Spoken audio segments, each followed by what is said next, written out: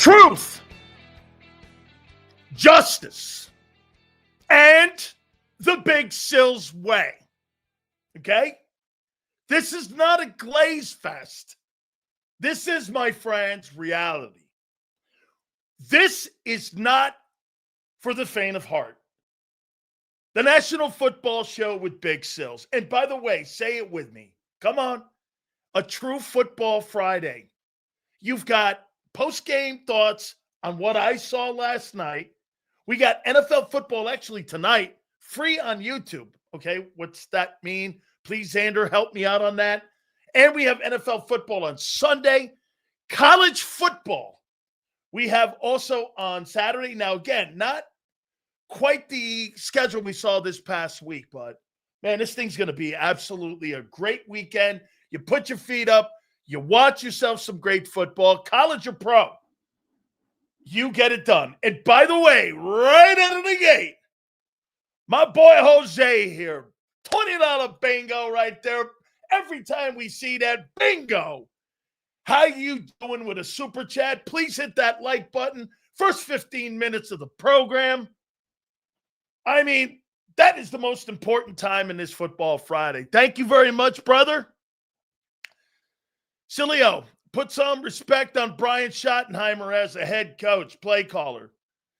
Eat some crow this morning. We might need Sileo's friend Michael Irvin to step up and catch them balls for CD and those hot potato hands.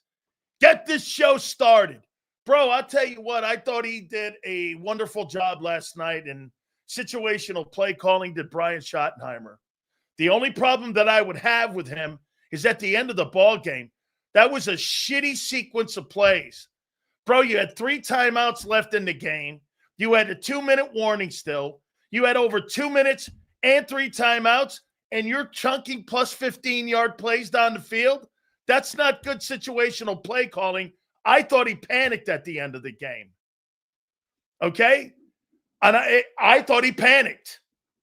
Bro, they were playing a deep zone coverage. Why are you not trying to get first downs and get yourself in a position where you can make a play to the end zone? You gave yourself no shot. Then you had 3rd and long. You had eaten all your timeouts up. And Cement Hands Lamb was nowhere to be seen when it came to making big plays. Who gets the game balls? We're going to do that. We have all of that. But, hey, Jose, I thought he was good for about 58 minutes of that ball game. The last 2 minutes, Brian Schottenheimer, I thought shit the bed. I thought the coach in that game was actually Matt Eberflus. I thought he was sensational in that game as a D coordinator. They did things in that football game defensively. The Cowboys look better without, now again, it's September, so it's fool's gold. But I thought the Cowboys looked better without Micah Parsons. They stopped the run, and what's that do? I mean, they didn't really need much on the edge. They didn't need Micah Parsons in that ball game. I thought their pass rush was suspect, but then again, I thought the Eagles' pass rush was suspect. We're going to get to all this here. 24-20. Let's make sure we underline and underscore the most important thing. They won the football game. The Eagles won the football game, okay? It's September. I told you from day one, this game, and we even did it in the pregame, we did it in our take on Friday early, this was going to be a sloppy football game. And it was. It was sloppy, and it was filled with uncertainty. It was filled with controversy. It was filled with all of that. We're going to get to Jaylen Carter here in a minute. Super chats go to the top. We appreciate you guys.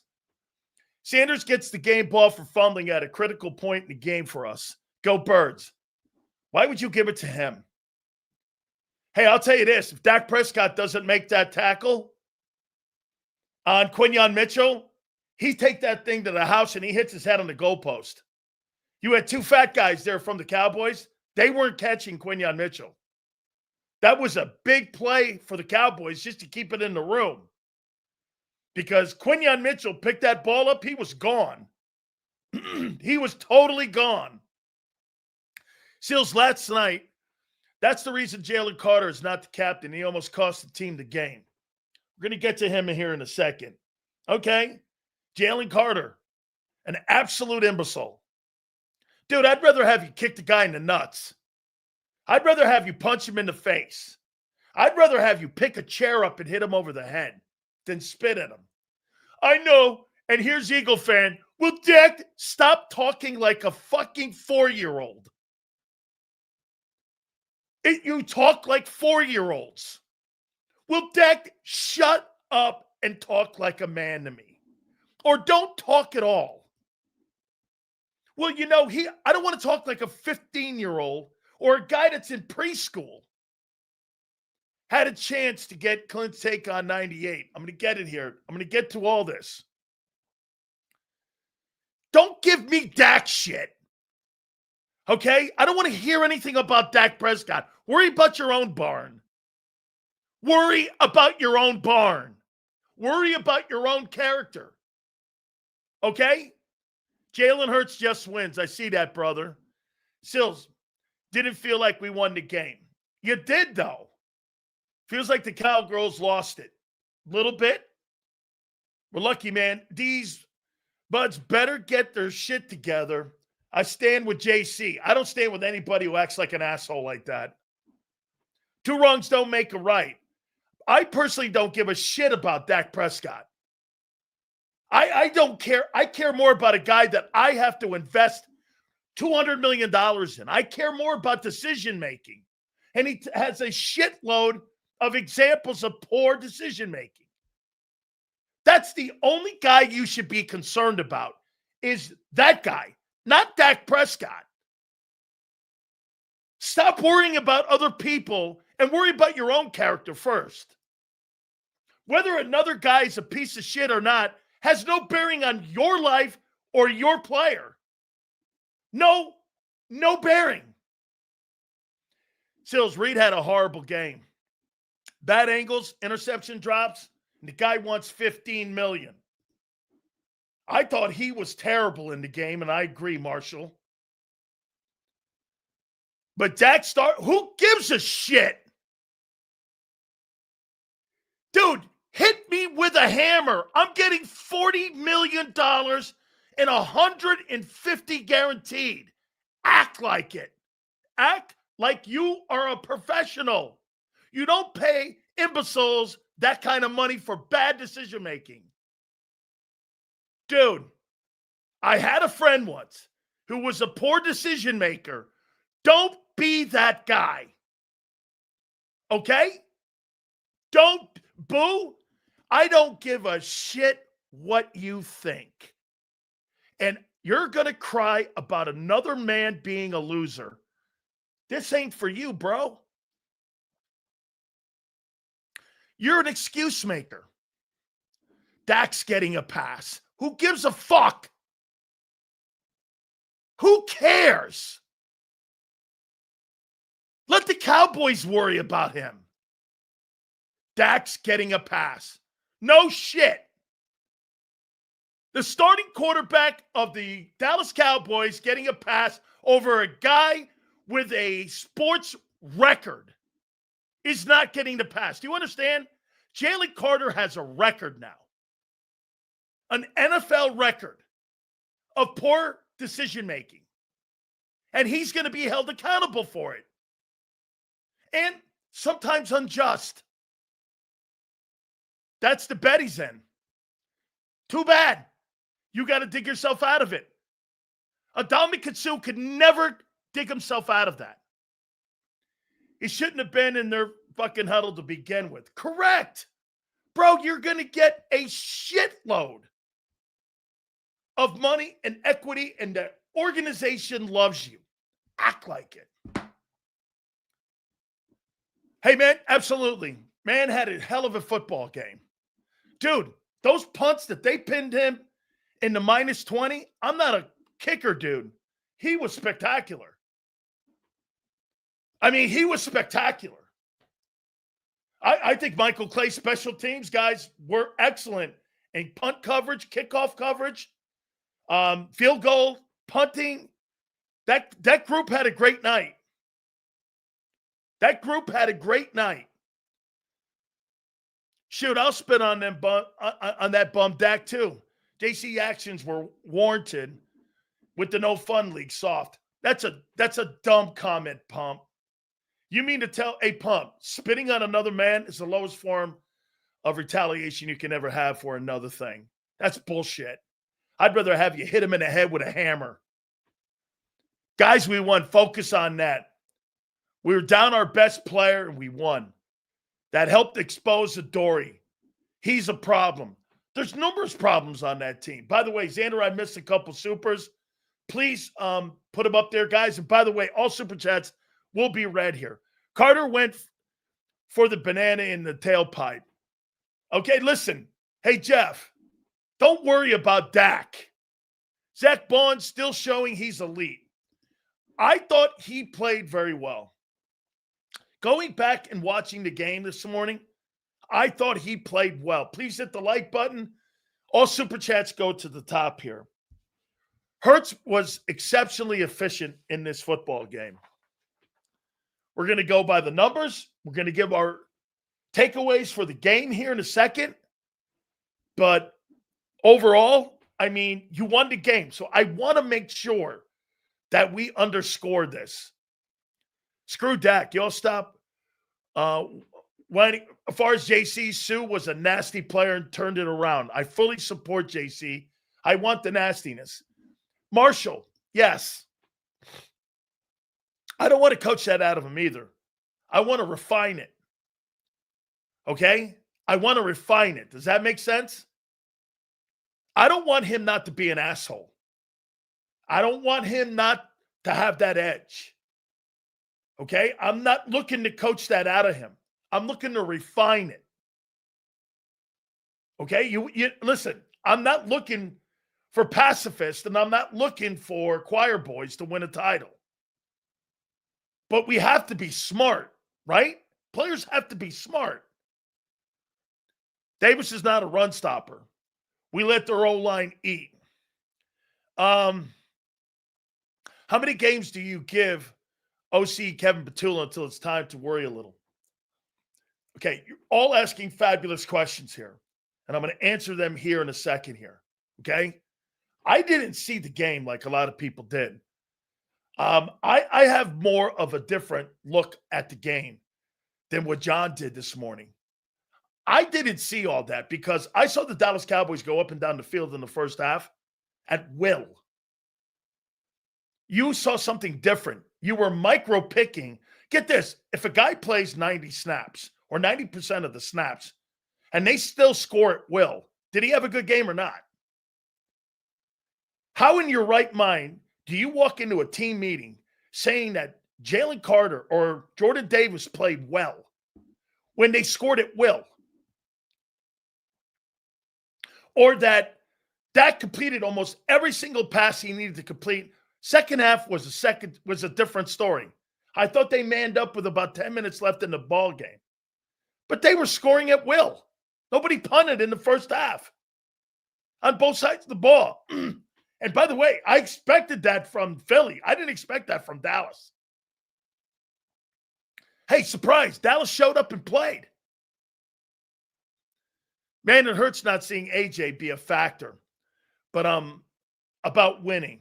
I thought Hurts spread the ball to the guys who didn't get the touches a year ago. It's funny, those guys were all in camp with him, and those guys were all guys who were practicing with him.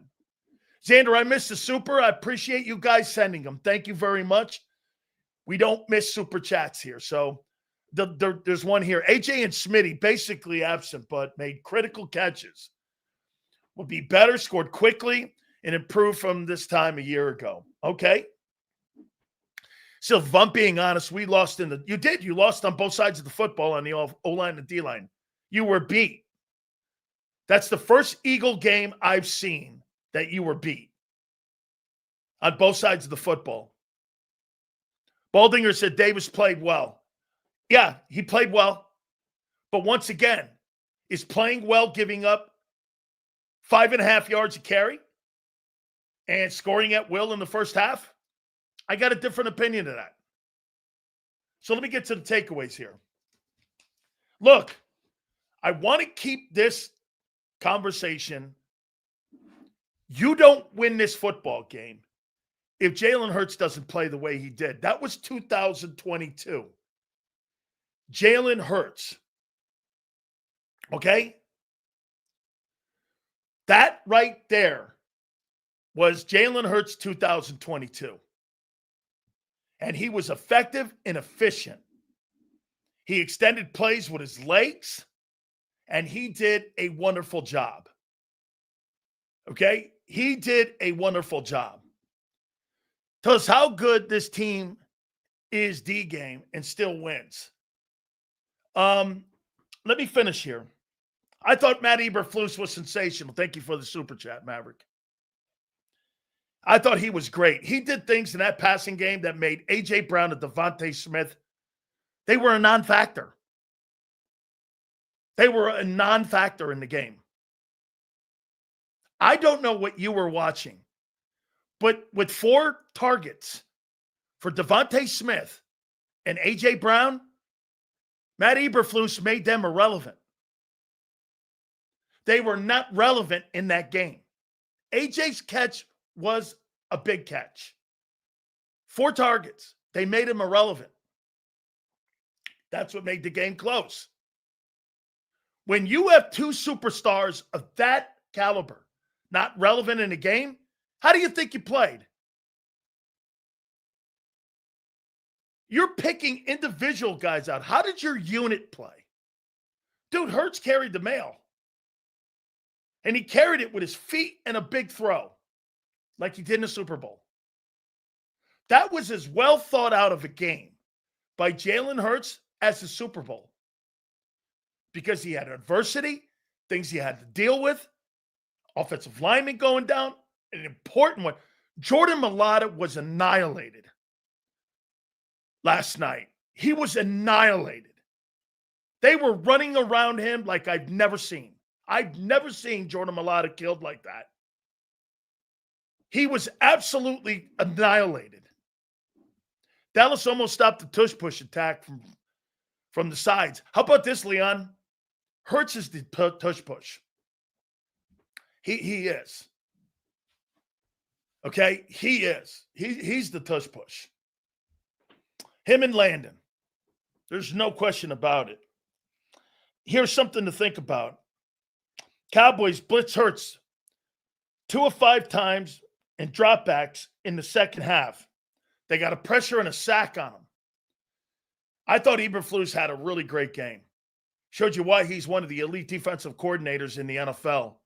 He stymied that offense. CeeDee Lamb had another 100-yard game.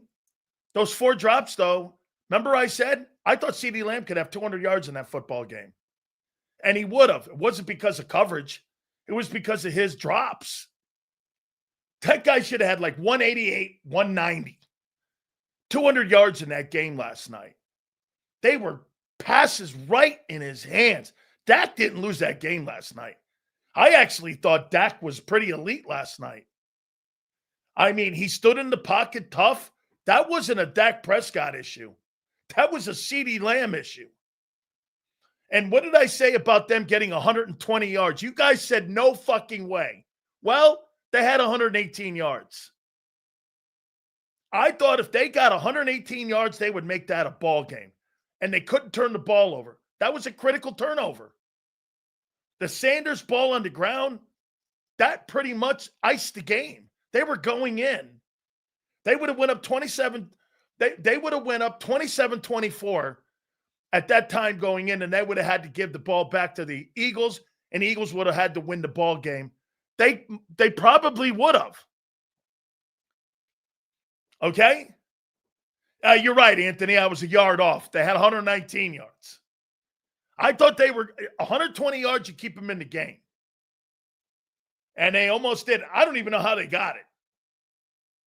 CeeDee Lamb was just, I mean, that's the worst I've seen CeeDee Lamb. I thought the 2 rookies, I thought Makuba and Campbell, going back and watching it, I thought they played well. They really did. I thought Campbell playing as many snaps. Remember what did I tell you on Thursday? I told you if Campbell plays a shitload of snaps, that's a good thing. Right? That's a good thing. And that's exactly what that played out to look like last night. They kept his ass in there, and he was really good last night for a rookie. I thought the play on the tight end, Ferguson, and coverage was everything I needed to see when it came to covering guys coming out of the backfield. Because Jakobi, a year ago, had a great year doing that. This is a bigger man doing that. Do you get that? He's a bigger dude than Jakobi. And him getting back there and doing that, that is a great takeaway. I thought Bakuba, you go back and watch it, I thought he was good. You know, I didn't think he was that good watching it in real time, but you go back and watch his footwork, you go back and watch him. Remember, these rookie guys they're going to learn by failure. And I didn't see too many bad things with him last night. So those two rookie guys, not quite Quinyon Mitchell and Cooper DeJean, but Jahad Campbell continues to look like that week in and week out. That guy's going to be in line for potentially the Defensive Rookie of the Year award. That was good stuff. He was good. He played really well. I thought him and Bond were clearly affected by the loss of Jaylen Carter. Clearly, there were times where Dallas was getting up on the second level and blocking them, where a year ago that wasn't happening. So Carter not being in there and some of those runs in the middle of the field were clearly a result of Jaylen Carter not being in there. So the linebacker played as well as it could with the deficiency of not having Jaylen Carter in the game. So that's going to affect, and first and foremost, your linebackers. And remember something else. When you don't get pressure on the quarterback, remember I said your edges were nowhere to be seen. I mean, Uche can't be the best guy. That's a failure. That's a loss for the Eagles. Uche can't be your best guy. I hear people on radio, wherever, doing this. Hey, Uche had some good. I can't have him being my best pass rusher. That's an L for Nolan Smith and Jalix Hunt. That's an L. Uche can't be your guy. One guy's a third-round pick. The other guy is a first-round pick. And you're going, well, Uche had a really nice rush and looks like the more skilled guy. That's a loss, dude. How do you look at that in a good light and go, well, we got some rush out of Uche, who's only been here 6 months? Okay? What are you kidding me?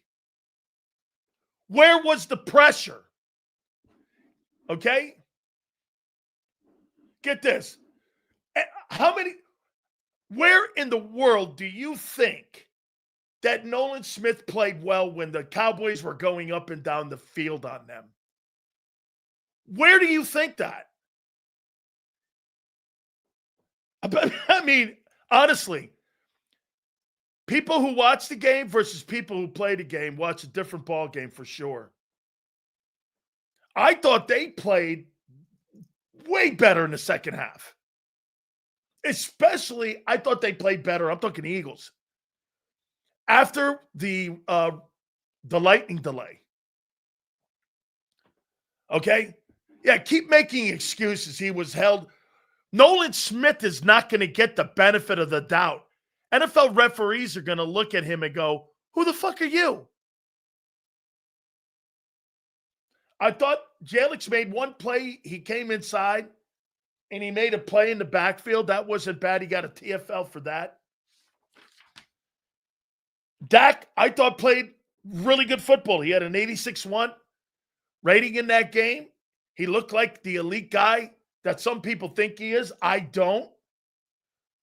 But I thought that was more like drop passes for him in that game. I thought Dak played as well as he could. And I thought the offensive line for the Cowboys played better than I thought they would. I thought Tyler Booker had a good game. That kid Smith for the Cowboys, that offensive lineman is fabulous. He is a sensational football player. Holy cow, can he play? I didn't know he was that good. And when you got a good look at him, I thought he was sensational. I mean, he was really great. By the way, Sidney Brown, I'm finished with this thing here. I'm really done. Hurt, can't tackle. Hurt, can't tackle. Hurt, can't tackle. And he hurts them when he can't play because they're not very deep at the safety position. I thought Q was okay. I thought he was good. Remember something, folks. When you play National Football League, they're good too. They're good too. I mean, you're going to get beat in this league. Every great player gets put on his back. He got beat a few times.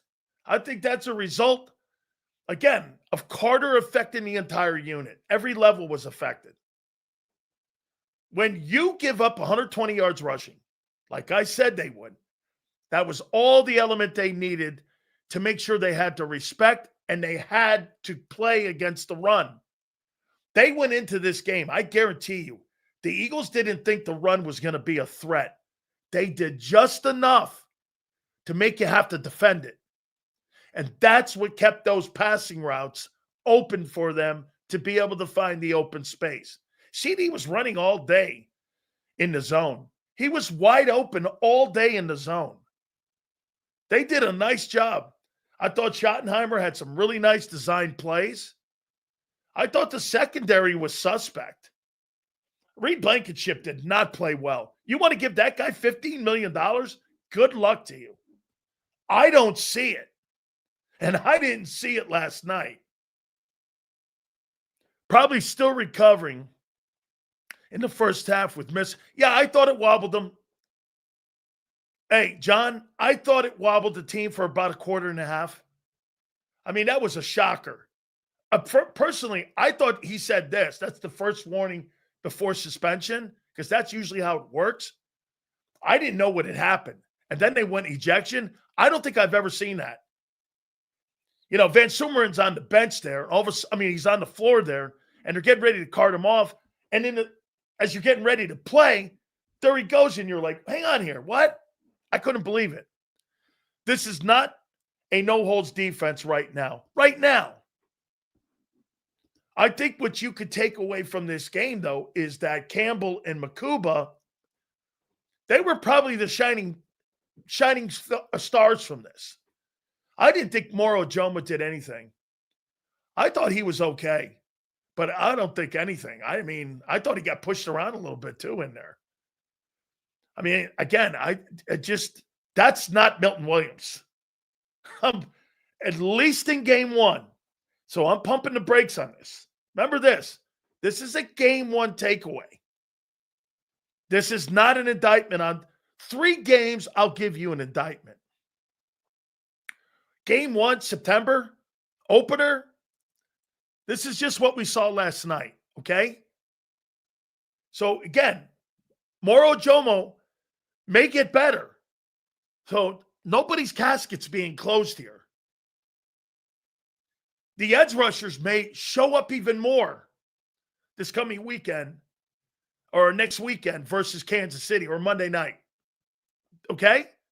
So hang in there. You got to go 3 games before you could start putting caskets down and start thinking that guy's not the dude. Hang in there, right? Easy pickings, but Jackson doesn't belong out there. He was just god-awful. I thought they benched him. He's 10 yards off the receiver the whole route, and he's soft, doesn't like to tackle. Hey, he was terrible. I thought they benched him. I mean, I think you got to start having the notion of putting Cooper out there just for a couple reps for some depth. They're hoping going into week 2 that Bennett's the guy. Hope's not a strategy. I don't know, man. Now, again, the guy who won the game for you was Hurts. Jalen Hurts won that game. Jalen Hurts and I thought timely defense in the second half with about 7 minutes left in the game.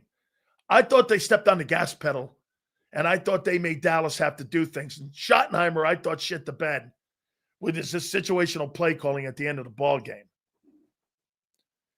Got to walk down the field almost solely because Jackson. Dude, I mean, you saw them just methodically going down the field, and they were – I told you, did I not tell you they would find him? And they would find Sidney Brown. Makuba shut the door a little bit on the safety spot. I thought he shut the door on that job. That's his job. If he can win it, that's his job. So hard for me to get a proper judgment on our defense without Carter. Like going to a concert without the lead singer. Hey, you got to remember something, JD3. Well, then don't act like an asshole. Not you. This is part of it. Maturity, leadership, professionalism, injuries. That's an Eagle thing. Don't make excuses for people. Get this. This wasn't even anything to do with injury. This had nothing to do with here's the horrible thing about Jaylen Carter. That had nothing to do with anything of talent, injury. You know what it had to do with? Character. The biggest indictment you can have on a man is his character. That wasn't a talent thing. It was a character thing. Takes no athleticism. Or it takes no athlete. You don't have to be a great athlete to have character. That's an Eagle issue. Okay? I mean, that's an Eagle issue. So we got to get Quinion on the jug gun. Hey, Dalton, I think that guy's got stone hands. I mean, this guy could have had 2 picks last night. All right? And listen, that guy's got to be better. He's not a very good leader. I would never want Jaylen Carter being a leader on my football team. Ever. And some of you civs in here are going to blame Dak. So you're blaming another man for your actions of low character. Who are you? Honest to God, if someone tells you to rob a bank, you are? Or someone holds up a grocery store, you're going in with them just because he's the driver? You have no character to go, no, I'm not doing that. That's a you issue. That's totally a you issue. And did I believe Dak? I believe Dak. Why wouldn't I? You guys are believing Carter. Dak has no history. Carter does. And yet you'll hear people in Philadelphia go, I didn't believe Dak. Wait a minute. You believe Carter, but you don't believe Dak. And this guy's had numerous examples of poor character, and Dak's never. This guy's won the Walter Payton Man of the Year award. And you're telling me you don't believe Dak, but you believe Carter, who's had numerous slip-ups with character. Explain that to me. Where are you coming from with that? Carter's the one with the bad rap and the record, not Dak. Oh, I don't buy Dak. What do you mean you don't buy Dak, but you're okay with the apology from Carter? He told you he was sorry after he was involved when those kids were killed in Georgia, too. He told you he was sorry on the sidelines when he was acting like a tool last year. He told you he was sorry. Okay. I mean, after a while, enough is enough. Embraer said that last night. Where are we going? What are we doing here? Dak doesn't have the rap sheet. Carter does. Oh, but it's Dak's fault. Hey, I don't buy Dak. Okay. Dak has no examples of this. On the morning show with John and Xander, they said this phrase for our offense. I couldn't agree more. We have a beautiful Ferrari that only goes 100. I thought, dude, you've got to take the first game into consideration here. Dude, I told you this on Thursday morning or Thursday afternoon. You get the win. I don't care how it looks. Look, it didn't look great last year. They figured it out. They figured this out. Okay? They did. Sills, you missed someone's super chat earlier, but they asked if you got Clint's take. No, I read that. I haven't yet. I didn't get a chance because it was too late. Okay? Sills, is it possible Nolan is just knocking? I thought Dallas had a really great game plan. Uche was just more games ready due to playing preseason and playing time in his career. You guys thought you were just going to plug that Nolan Smith dude in and he was just going to take off. I never thought that. I never thought that about Jalen's son. I thought these guys and Hunt would get better by the end of the year. Believe me, you know what their ultimate dream is? Is to have another experienced edge guy in here, Nolan being the two on the wheel side, and Hunt being the third guy to get his reps and get him acclimated to getting reps in a football game. They want Jalen Hunt they want him being the guy who's the rotation guy.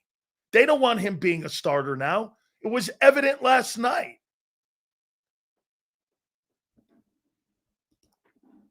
Nolan's only good TFL was accompanied by a taunting penalty. I thought that was a bullshit call. But hey, okay. The Eagles were not going to get the benefit after the Carter mess. That's collateral damage from that. They didn't want the game to get out of hand. A lot of pushing and shoving out there. It's Cowboys-Eagles, opening night. Both teams were playing hard. So they were not going to let that game get out of hand. I thought that Nolan Smith thing was a little bit more collateral damage from that Jaylen Carter mess at the beginning of the game. But hey, I thought the Blankenship defenseless receiver thing, I thought that was a good call. Listen, I don't like the call, but I think that's how the league legislates those calls today. Again, I don't like it. I think that was a football play. I totally thought it was a football play. I want you to know that. But the way they call that, okay, no, it's not a bad call. It's a bad rule. Because the defenseless receiver is subject to interpretation by the refs on the field. I don't want the refs having that subjective call there to go, well, I think that's defenseless. That's not a penalty. That's an opinion. Well, I think that's a hit to the head. That's what I don't like it, but that's how they legislate that. It's a bad rule. So listen, like that, I think that's a football play. But a referee's going to go, hey, because they're told by the front office, anything near the head, call it. That's the rule. Anything, hips, shoulders, anything defenseless, call it. I hate that. Because that gives the power to the ref in game to change field position like that. I don't like that rule. I don't like that power that the refs have, that they could change field position like that. Is the weak side wherever the tight end is not? Yes. Yes.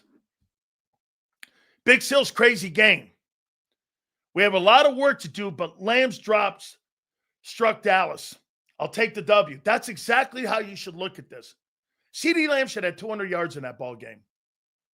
I said that at the beginning of the game in the pregame, and I said it on my show yesterday, that I mean, Lamb's going to get 200 yards in that ball game. I thought Dak would throw for more, but they ran the ball better. I mean, like I said, they needed about 120 yards rushing. Thanks, 500. Carter almost not drafted because of immaturity. Why? I don't think he wasn't not ever going to go in the first round. But I think the questions about the first 10 picks were answered and have been answered. He's an immature player who still plays like he's a man. He's got a man's body and a child's mind at times. You want to give somebody that $200 million who makes shitty decisions? Good luck. Seals, how about the Cowgirls players speaking Devontae and Goddard during the multiple occasions? Why are these dumbass zebras not throwing the defenseless flag? What do you mean speaking? Devontae and Goddard. I'm not sure what you're talking about. Seals, how about these Cowgirl players speaking Devontae and Goddard? I thought those guys stepped up. I'm talking Goddard and Dotson. I don't think there's any coincidence that Jahan Dotson had a good game. And he's the only guy that's been working with Jalen Hurts the entire offseason. I mean, do you find it odd that Goddard and Dotson have been the guys that have been practicing the most? Okay. Yeah, right here. Sills, how about the Cowgirl players speaking Devontae and Goddard during multiple occasions? Why are these bum-ass zebras not throwing the defenseless flag? I'm not understanding what you're talking about here. Cowboy players were hunting heads and taking knee shots on those players. I saw that one pump on Hurts. I think it was Hurts or it was Barkley. And you saw that too? I saw him go for Barkley's knee. I thought he did. Now, I blew that off. I thought I was going to make more of it. Okay, I did. I thought it was Barkley. And I saw a player from the Cowboys go at his knees like that. You see that rep when Cowboys left tackle punch Hurts? I did not see that. But I saw some dirty play out. There was a lot of dirty play, and I think that's why the defenseless stuff with Reed ended up getting called. Sills, say it for me one time. Jahan Dotson. Hey, he played, man. I thought he had a really good game. You know, get this. A.J. Brown and Devontae did not have a good game because of what Matt Eberflus did. This guy did. He stepped in there and made some plays. I'll tell you something. He's a football player. I think he's getting better. He looks better here in Philadelphia than he did at any time. Sorry, James Jones, in Washington. Now, maybe because he's in the 3-hole and he's not a primary target, but I see him in games. And for the third wideout, I don't know. That position looks like it might be improved. It might be improved. He's getting better. I mean, that's just my takeaway. Last night, he made some good plays. He made that big, long catch down the field. Hurts said he didn't even believe he saw the ball. He just said he tracked it late. And he made a spectacular catch. And then he had another big one. So, I mean, I'll tell you, I liked what he did last night. Sills, last night's performance looked like a week 2 preseason game, but we got out of there with a win. Yes, I said that, and I keep reiterating that. I thought the rookies played well. I thought Makuba and Campbell especially, going back and watching it, they looked the part. I don't trust Makuba, though, yet. I can't tell if he's going to be a healthy guy. By the way, I am out on Sidney Brown. I have no I don't see it. He can't stay healthy. He can't track receivers. I thought Dak was picking on him big time. They went right at him and Adoree Jackson. Those guys should have put ski mask on last night. Holy cow. I mean, to leave the stadium last night, they should have put ski mask on. Dak was just going crazy on those two. There was a pass to Goddard that a Cowboy, number 6, dove directly at his knees. On first glance, I thought Goddard was hurt. I saw a few of those. I did. I thought I was seeing something. I was like, man, there was one, I don't know, Pump, maybe you saw the one at Barkley too, then the one at Goddard, he got up slow. I was like, man, they're going awful low. Now, was it dirty? I don't know. When you go below the knees like that, and you're in open space, it's kind of hard because you're just trying to get the guy on the ground. Okay, but I thought, hey, Pump, I thought there were some questionable hits out there by the Cowboy guys. I did. Not going to blame the ref or anything, but I saw them too. I kept it to myself. I'm like, yeah, I don't know, man. That don't look cool. Sidney Brown pisses me off. Super chats go to the top guys. I appreciate you. Yeah, and it's here to everyone's going to play dirty against the Eagles. Yeah, well, Cowboys and Eagles are going to be dirty. There's a history of it. It's not just the Cowboys. I mean, it's not just the Eagles. The Cowboys that game is going to be always contested from the body bag game to whatever decade it is. Pick one. Dickerson is my biggest concern. Clearly an issue. Hey, listen to this. If that guy was that hurt in that game, I blame the Eagle front office and their doctors for putting him out there. If that guy can't play against Kansas City, that's on them. He struggled all night. You did not have the advantage inside. I told you wouldn't because I didn't believe he was healthy. And it played out. The Cowboy front four, they won the night. Why? Because they were in the game until Dak had the ball in his hands to win the game at the end. I told you, they needed a fourth quarter football game. You didn't win that. Mulata got owned. The interior was getting beat up. Cowboy O-line won the night. They're not supposed to. I thought both sides of the football for the Cowboys won the night. Your skilled players won the game. Hurts won that game. And Cowboys made 2 of your star football players irrelevant. They made Devontae and A.J. Brown completely almost irrelevant. Okay? Again, though, back up here. It's September. It's the first game. Nothing's real. Okay? All the shit we're talking about in 3 weeks can be completely different of a conversation. Nothing's real. Guys can end up finding themselves, get better. Got to give them 3 games. You can't give them 4 quarters. Okay? Once again, I thought the defensive football team, especially with about 8 minutes left in the game, I thought they put their foot on the gas and made plays and won that game. It was Hurts, and it was the defense making plays at the tail end of the fourth quarter, coming out of that rain delay or lightning delay, whatever. Okay?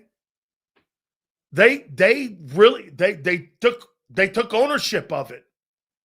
They looked better. I thought they'd had more. I thought Bond was flying around the ball more too in that fourth quarter. That's the cool thing about that team. You know what happens to them? They panic in a good way. Uh-oh, we might lose. Shit. let's amp up and focus more, and let's get it up another level. Most teams, they panic the wrong way. They panic the other way, and you saw Schottenheimer panicking. Okay? You saw him panicking with those plus 15-yard plays with 3 timeouts left. I'm going, bro, your play calling with 2-minute warning with a minute left in a ball game is suspect at best. Okay? Suspect at best. They played well. September lies. Okay? Let's go by the numbers here.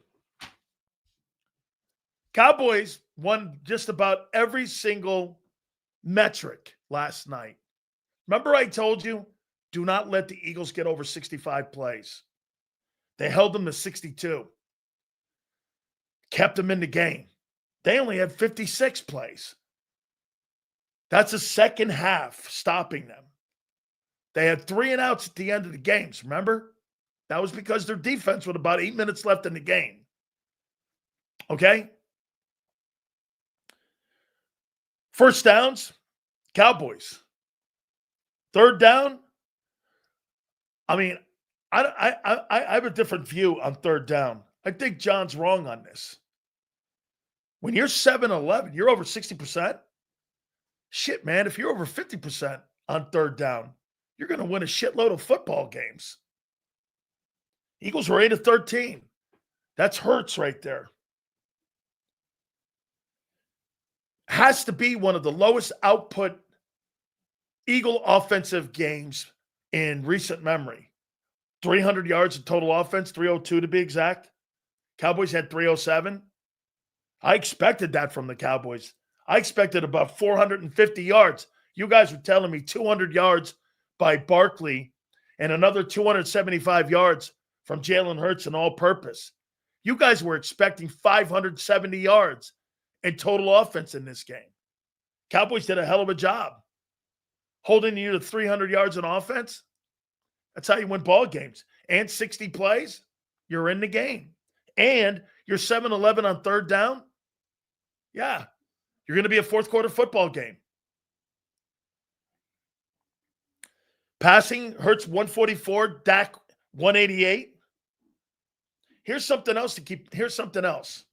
Kevin Patuta is an abomination. The offense was bailed out by improvisation. We just hired another bum, lipstick on a pig. I'll get to him here in a minute. Promise you, Pump.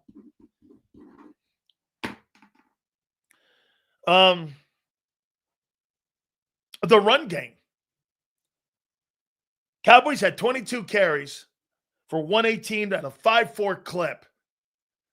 I don't do what John does. John dissects it because if a guy has a 60-yard run, he thinks that 60-yard run is fool's gold. If a guy has a 60-yard run and you have 22 carries and you're at 5.4, a guy breaks off a 60-yard run, that means the run game was efficient somewhere. And they broke off a plus 25 play running the football.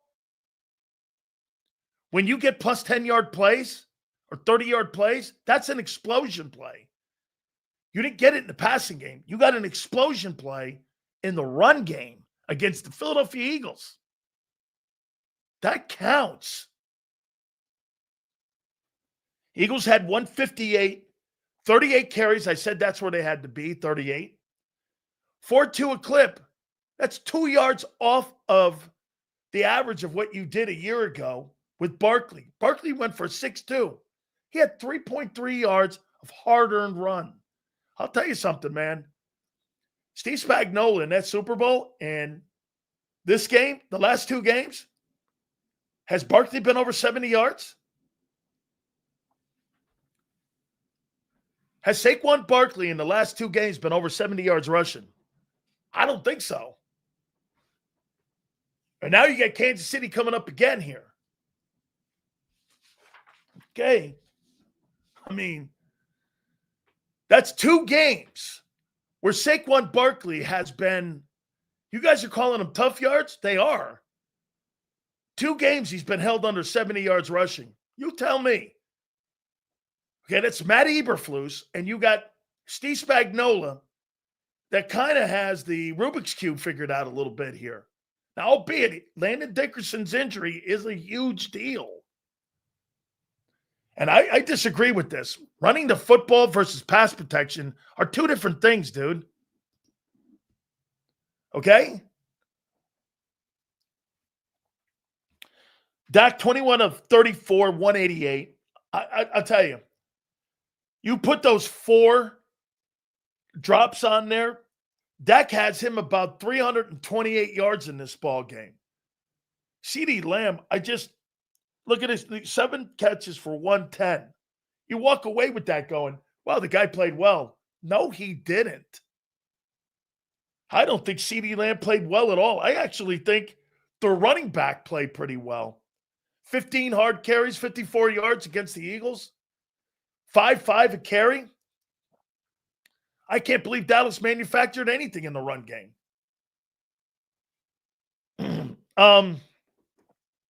Barkley had 18 carries for 60 yards, 3.3 a carry. Hard-earned yards? Sure. Well, I'll tell you what, it's his second game under 70 now. So let me go to Kevin Petula here. John last night on the postgame show goes, I thought Kevin Petula had a great game. Well, what did he improve from what Kellen Moore did? Run the ball 4 times? It was Jalen Hurts improvising. Those aren't play calls. That's the quarterback improvising out there on 3rd down. That's not a play call. That's the quarterback seeing the game. That's the quarterback reacting to the game. And that's the smarts of the football player himself. Hurts won that game on smarts, feel, presence, everything. Those weren't fucking play calls. How in the world do you think this is a play call? You drop back, there's nothing open because Eberflus is playing that super zone defense by dropping everybody, and the quarterback extends the plays with his legs. That's not a play call. That's on the quarterback situationally saying, we need to get a first down. Best way for me is to move. That was 22 Hurts. When that dude plays like that, he's almost undefensible. His legs, I can't tell you as a defensive guy, you get back to your huddle, that guy cracks off a 3rd and 11 and he gets it with his wheels. You go back there and you go, Jesus criminy, why aren't we spying him, man? Why isn't somebody sitting in the middle of the defense waiting to see? Every single time he went right up the middle and it was like the Grand Canyon. I mean, how could this be get this? Is it that Petula's first game calling plays? Well, let me ask you this. You see this guy's comment here, and I'm not ripping you, Steve. So you put the Ferrari keys into the hands of a guy who's never play called, and you're going to say he had a good game because they did the same shit they did a year ago. Run the ball and the quarterback improvising on 3rd down. What's the newness to it? What did he add? They won in spite of Petula. They scored in spite of him, not because of him. I mean, where was the creativity? By not having more than 4 targets to your top 2 guys and the best duo in football? How's that? How do you even come out of a game accepting that? Okay.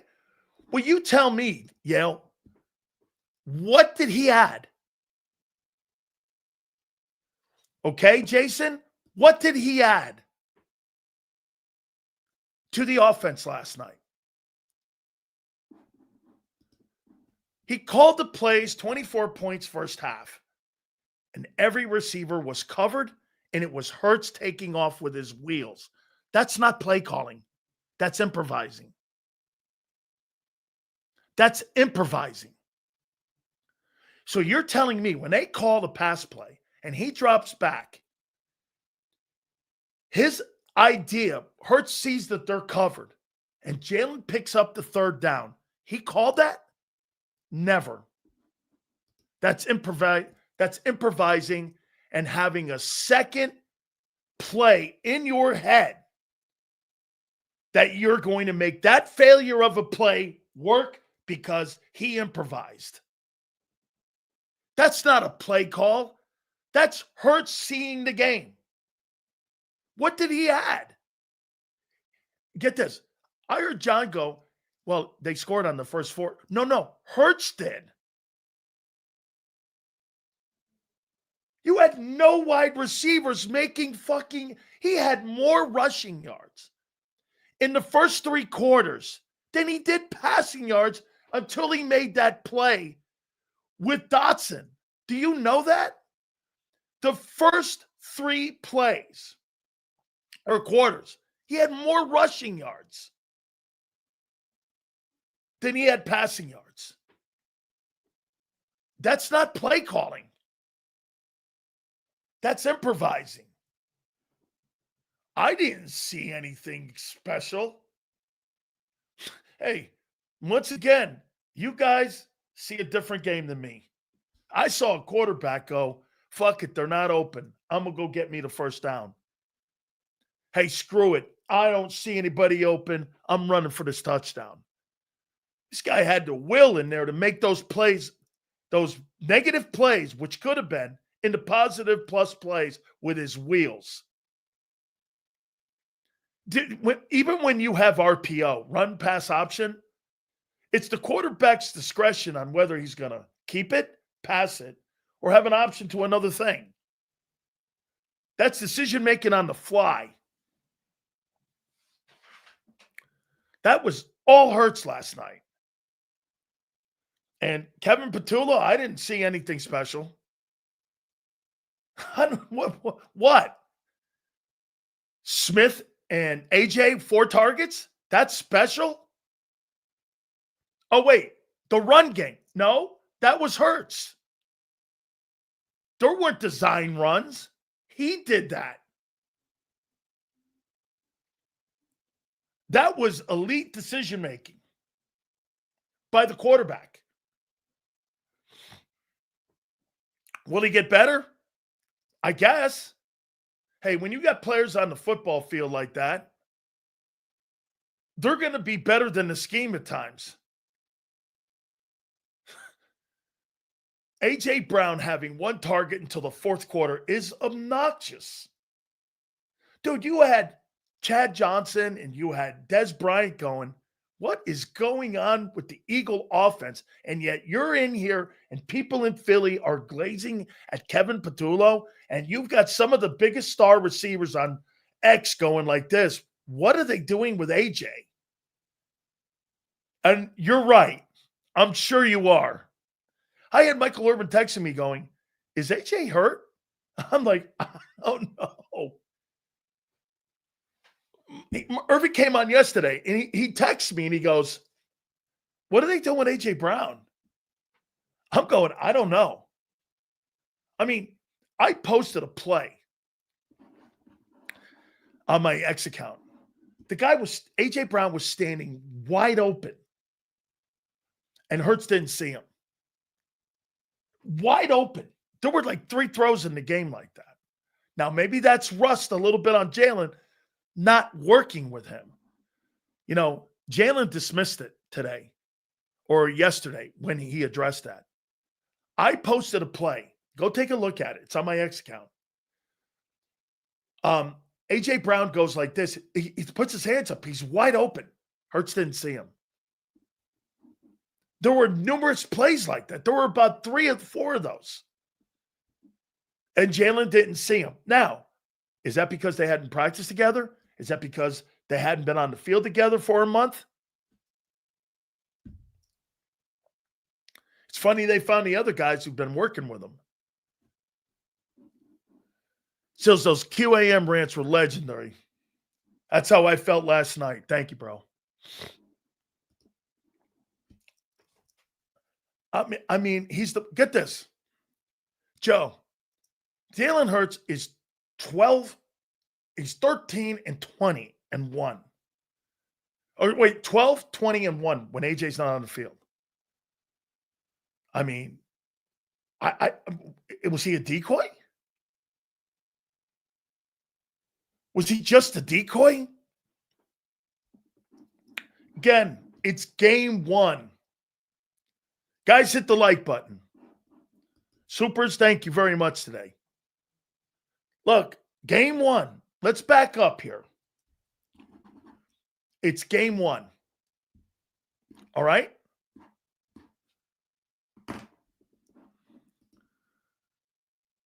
You think AJ be here beyond the trading deadline? Yes. Yeah. So wait a minute. Let me ask you this. Is this another excuse that you guys are going to give me that Kevin Patullo stuck to the run game? And, they stuck to the run game with the quarterback. That's why they didn't get the wide receivers going. Folks, you were fourth worst in the league a year ago. Explain to me how that was better. Where were you better? Where were you better?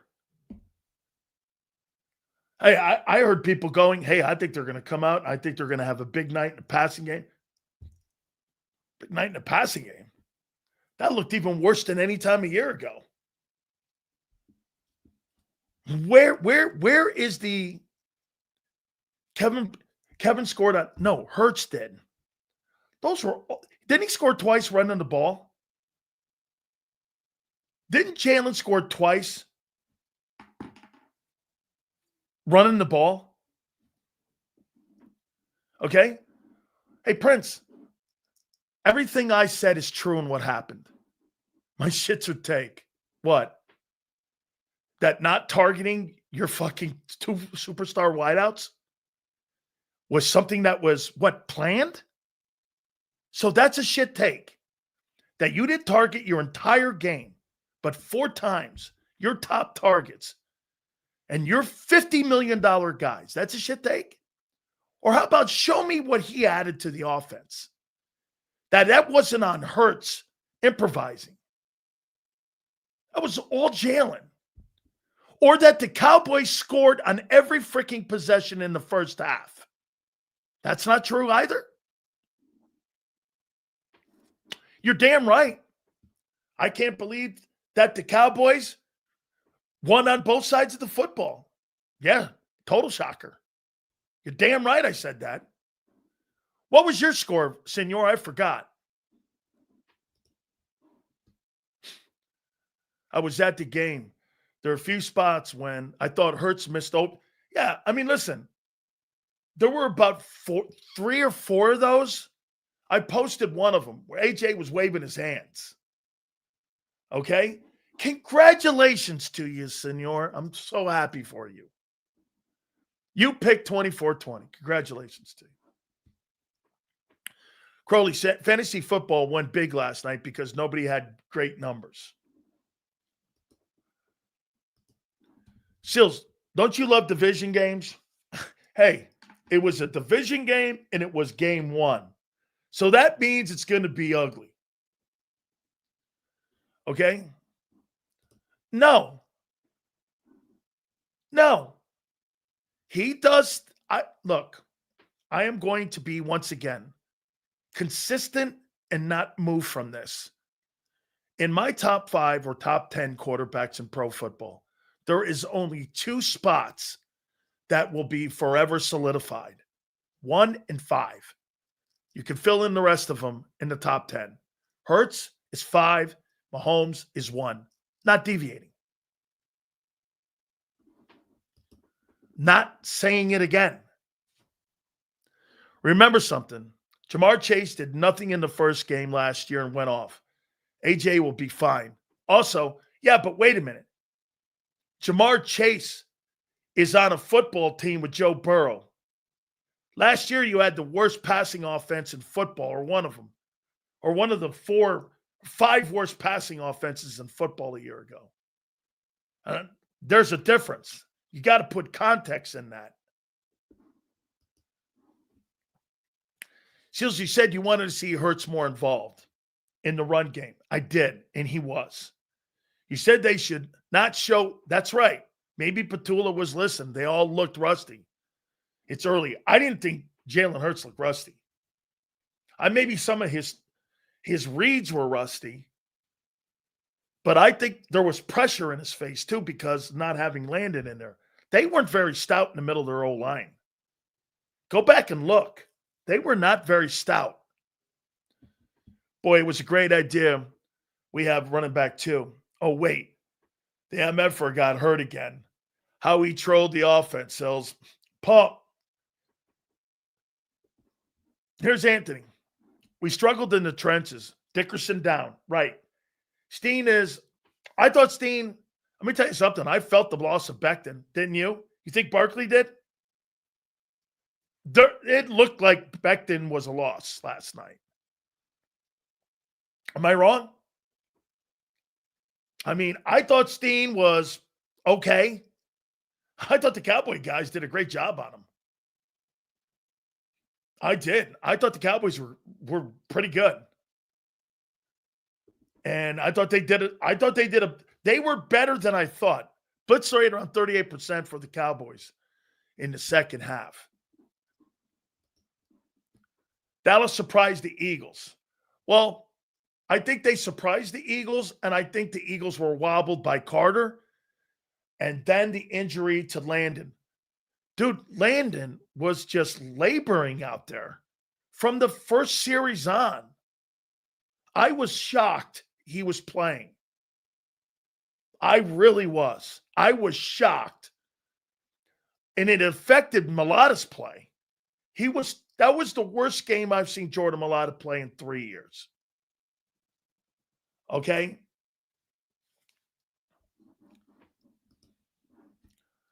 Seals, did you see Adori's comments giving himself a C+?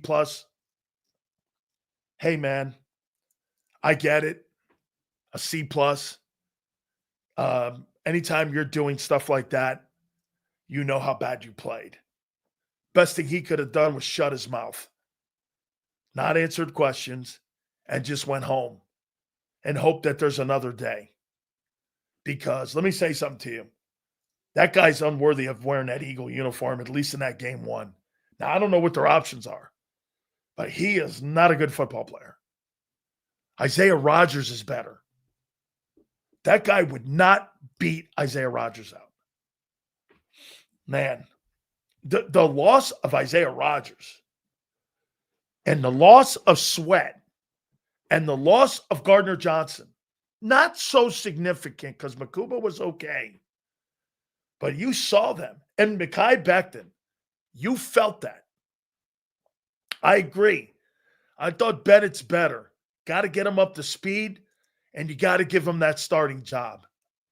I completely agree. I think Bennett's your guy. I thought he made some plays. I thought at least he cut down that 10-yard. Adoree Jackson was so afraid of getting beat over the top that they allowed everything underneath. If those Cowboy receivers could just catch the ball, it would have been an even bigger night. Yeah, Milton Williams was felt. I thought Moro Jomo was average.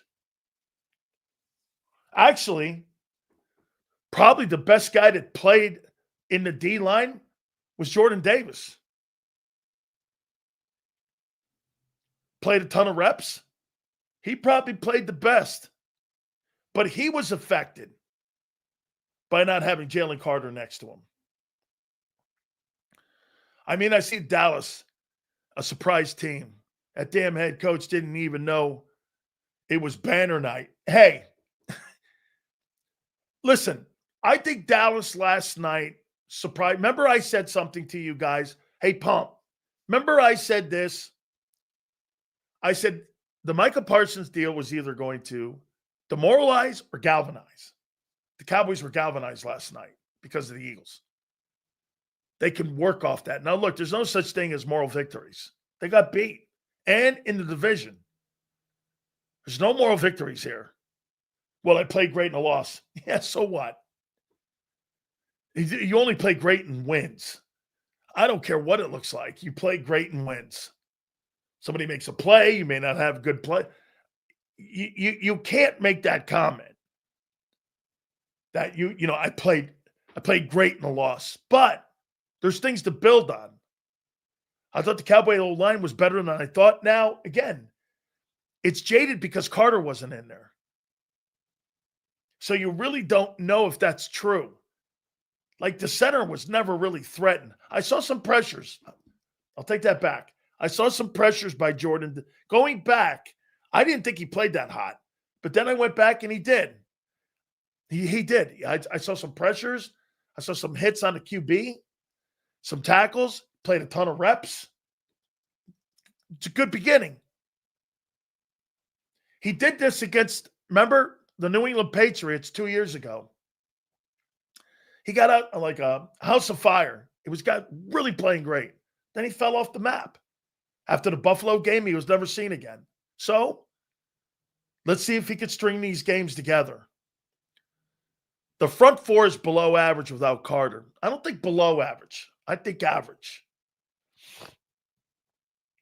Okay. I think they're above average. But, bro, you can't have Uche be your best edge guy. I'm hearing people all day go like this. Uche was their best guy. That's a loss. You think, get this. So you're watching game film. All right? You're watching game film. You're going over the clicker, and you got the clicker in your hand. You're watching. And you come away thinking that Uche was your best pass rusher? If you're Howie Roseman, that's terrorizing. You spent a third-round pick and a first-round pick, and the best guy is a guy you got walking the street. That's not a good thing.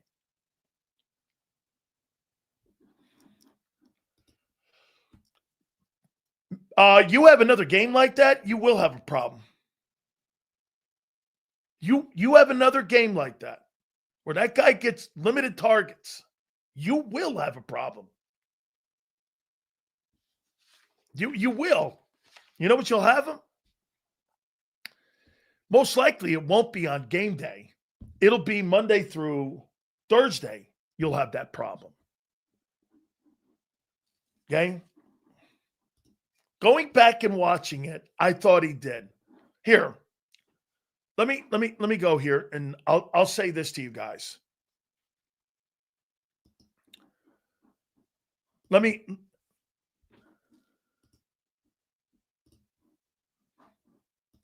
go here. Hurts was so efficient in that game. And efficiency wins Super Bowls. Not spectacular plays.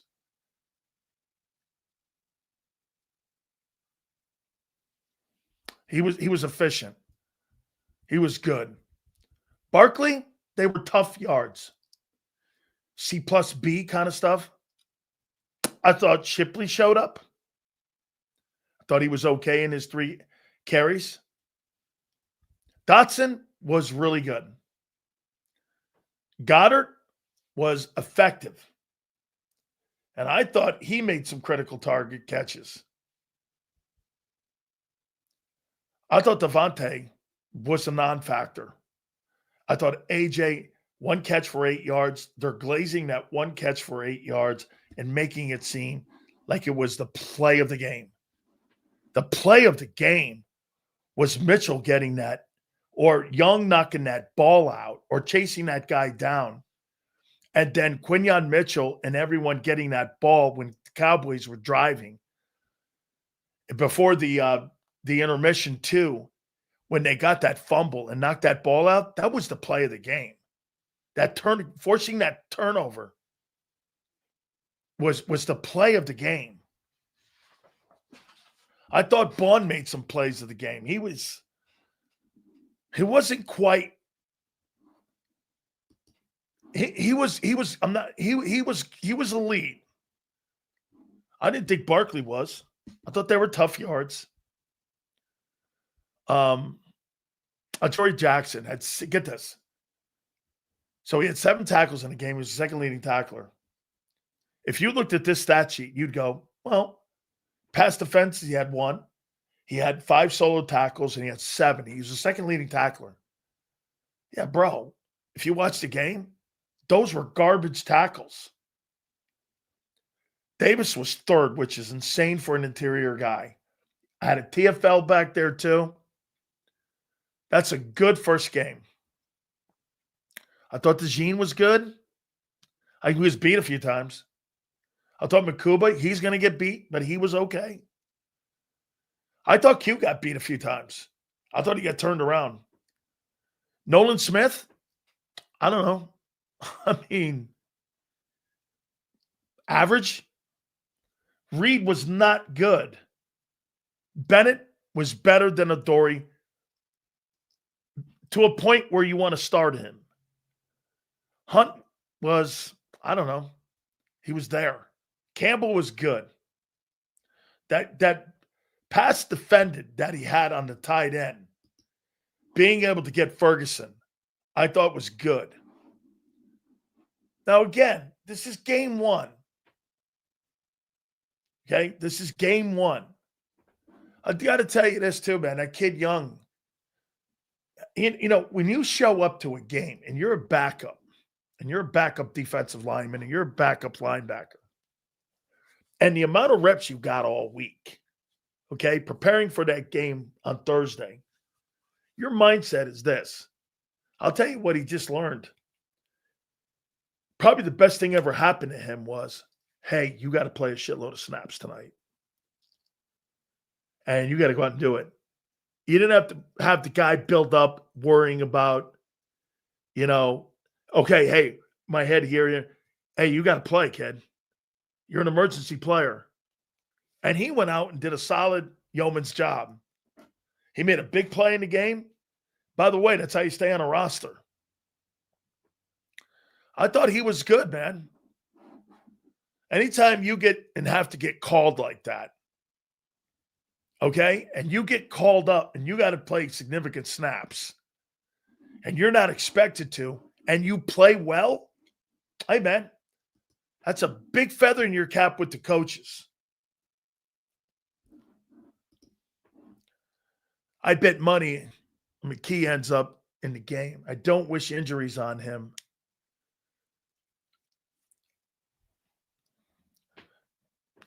Listen, I think Jalen's too smart for that shit. It would be a non-contact. If Jalen ever got hurt, in my opinion, it would be non-contact. Because he sees the game too well. You know, the one thing that I learned from Phil Simms when he said, dude, when you're out in open space, you can know when to get down. You know, when you're in the pocket and you get rolled up on from behind, you don't see that guy. Won't have those shit bucket or those bucket of shit numbers. Bro, those were influential numbers he had last night. They were impact numbers. 350 yards from Kirk Cousins and 2 touchdowns. And a loss, to me, are non-essential numbers. Every single yard that Jalen Hurts gained last night was important yards. Past Dotson, the rushing attempts, the rushing yards. It was all essential in winning the game.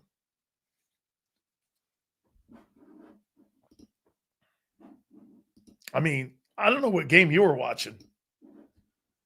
If you didn't see an efficient game by that quarterback, Tom Brady played efficient ball games. You guys ain't watching the same game I am.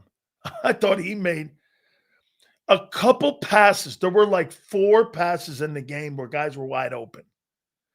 Matt Eberflus did a hell of a job on him. And Kevin Patullo got schooled last night. He got schooled.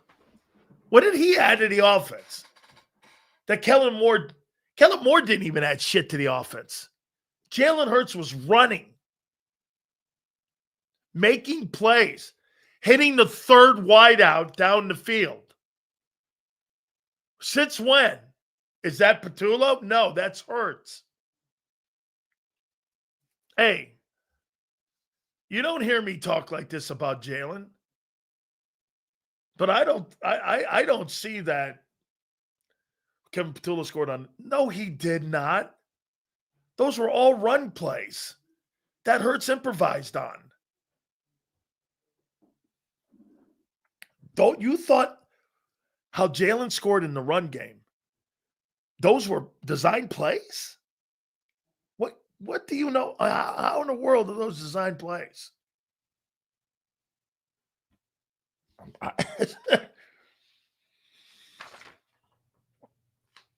I'm not sure what you're looking at. Like any of those touchdown runs, what was designed on those?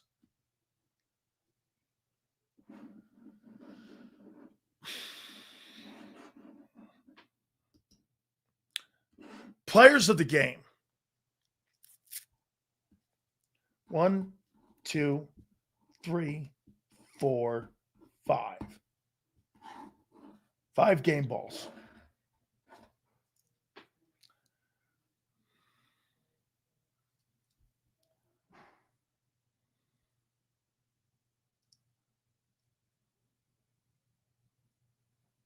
I'm going to go Campbell at 5.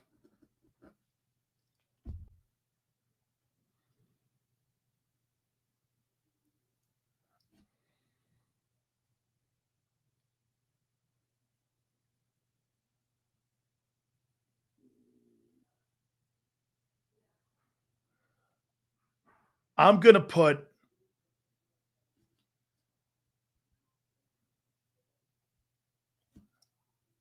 Dotson at 4.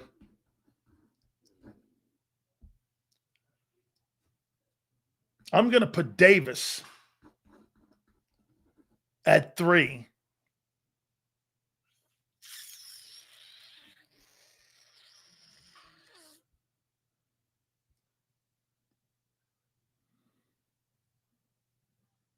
Bond at 2. Hurts 1. Jalen Hurts, Bond, Davis, Dotson, Campbell. Those are 5. Those are my 5 players of the game. Dude, I probably shouldn't. But he was a huge part of that football game last night. But Big Sills doesn't put punters and kickers.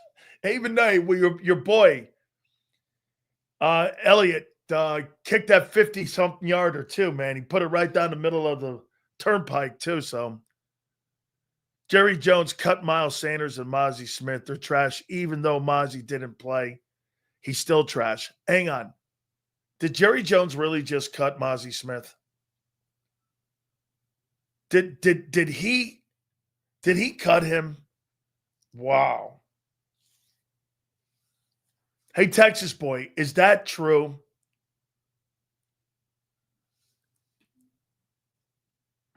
He didn't cut him. Yeah. How you doing, brother? Appreciate it, Twiz. Yes. A Texas boy. He should be cut. Jalen is just a fucking winner, man. That was on display. All he does is win football games. That's why a loss hurts so bad as a fan, because he's made winning routine. Healthy scratch. So you got Mozzie Smith, a first-round draft choice. That'd be like having Jordan Davis as a healthy scratch. That's how bad that draft pick is. Holy shit, man. Is that guy a colossal disaster? I mean, there's just no way around it. How bad that guy is. Wow. I told you on draft night, this guy has no feet whatsoever. All right. Football at 5:30 with our friend, the Philly Godfather. A lot of football, Saturday college, and Sunday we have NFL football. By the way, our predictions will be along the lines in the last hour too, because we'll do all the games Even the Monday night game with the Philly Godfather. We'll do that. That'll be at 5:30. But, hey, man, we had a great time last night. Xander, I don't know how much gas he's got left here, man. I'll tell you this. Homeboy's got some gas can. He's got it, man. He's ready to rock. I'll tell you this. Here's a man with character here. Our boy, Big Z. Xander Kraus joins us now. Yes, Cam. What are you talking about, Big Sills? Dude, that was great. We had a great post-game show last night. Yeah, we did. We did. We saw the game. I wonder how you saw it now, 24 hours after. I mean, tell me some of your takeaways here. I mean, I've been saying it, I don't know, man. I mean, I see the game probably a little bit different than a lot of folks did, but it's September. So I'm not freaking out. That's where I'm going. Last night was probably a lie. The further we move from the game, the more I keep reminding myself it's week one. Like, you got the win and you're 1-0, and that's the number one takeaway. And that takeaway sits high and above the rest of the takeaways. Now, there are other takeaways. There are things that we can discuss, but the takeaway of week one and the sloppiness of the game and how it's all going to play out and what we expected it to look like in week one, I think that's really the key takeaway. I have a couple thoughts. I mean, my thoughts on Carter have evolved a little bit, but not crazy from where I was. My thoughts on Patullo have changed a little bit.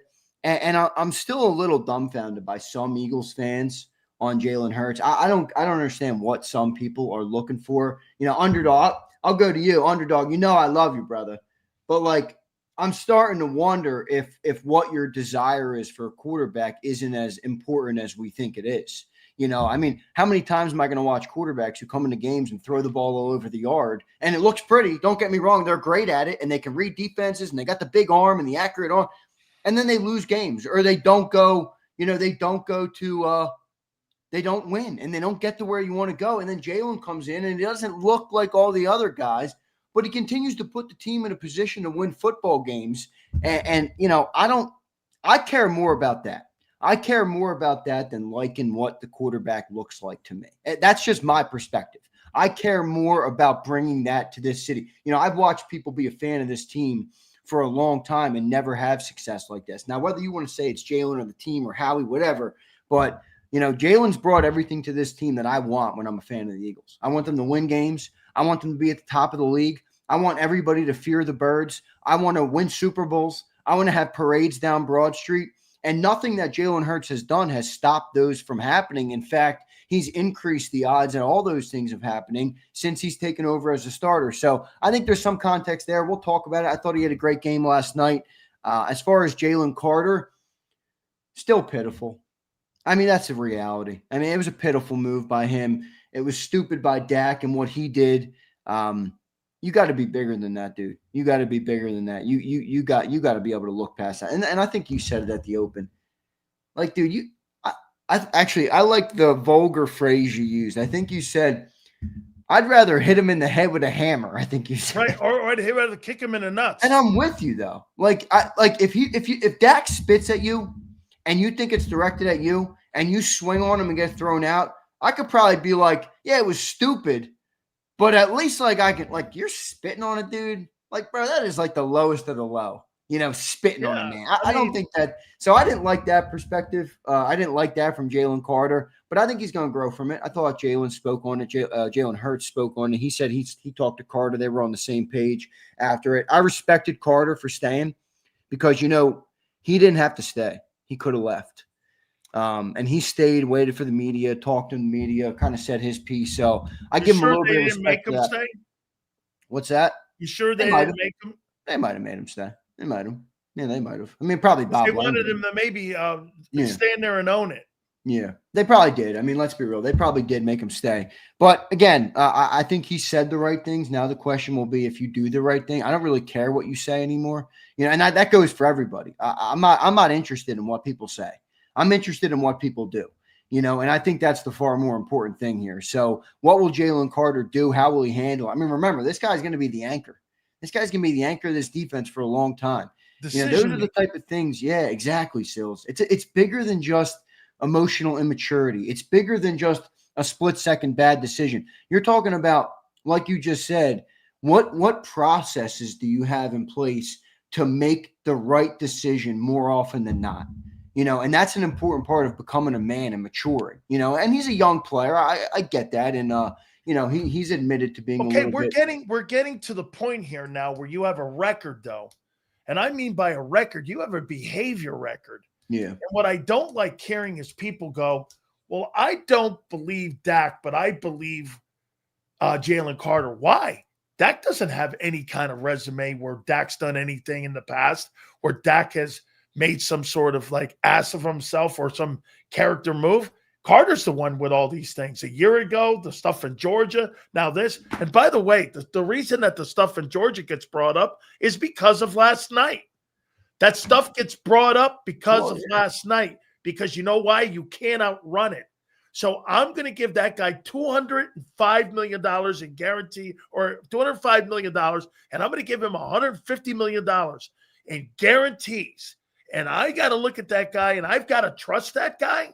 Hey, bro, he's an immature kid right now. He is. He still needs to grow up. And I saw some people upset with the fact that old stuff is coming up. But, like, I'll put it to you like this. I mean, if you got a criminal, right, who commits one crime, goes to jail, does his time, whatever, goes through the process, and 20 years later, the guy still hasn't committed anything, you might regain trust in that guy. You might think, all right, he learned his lesson. That might have done him good in life. You get a criminal that's got 10 straight crimes, you're going to be like, the next time you let him out, you're not going to think he's not going to commit a crime. Now, again, that's an extreme example, but I'm just saying those old things get brought back when you show that you haven't grown from those old things. And that's where the problem is with Jaylen Carter, because, again, you say the right things, but young man, nobody wants to listen to you anymore. We want to see what you do. We want to see how you handle yourself. And I think that's the most important part with him. But he's obviously a great football player. He's going to get leeway because of that. How good he is. There were some people I'm going to give it to him. Well, I agree. But I mean, there's some people in the Discord, the JAKIB, whatever, where people chat. And, one person in there was saying they're standing on their principle and they don't want the guy on the team anymore. And they weren't saying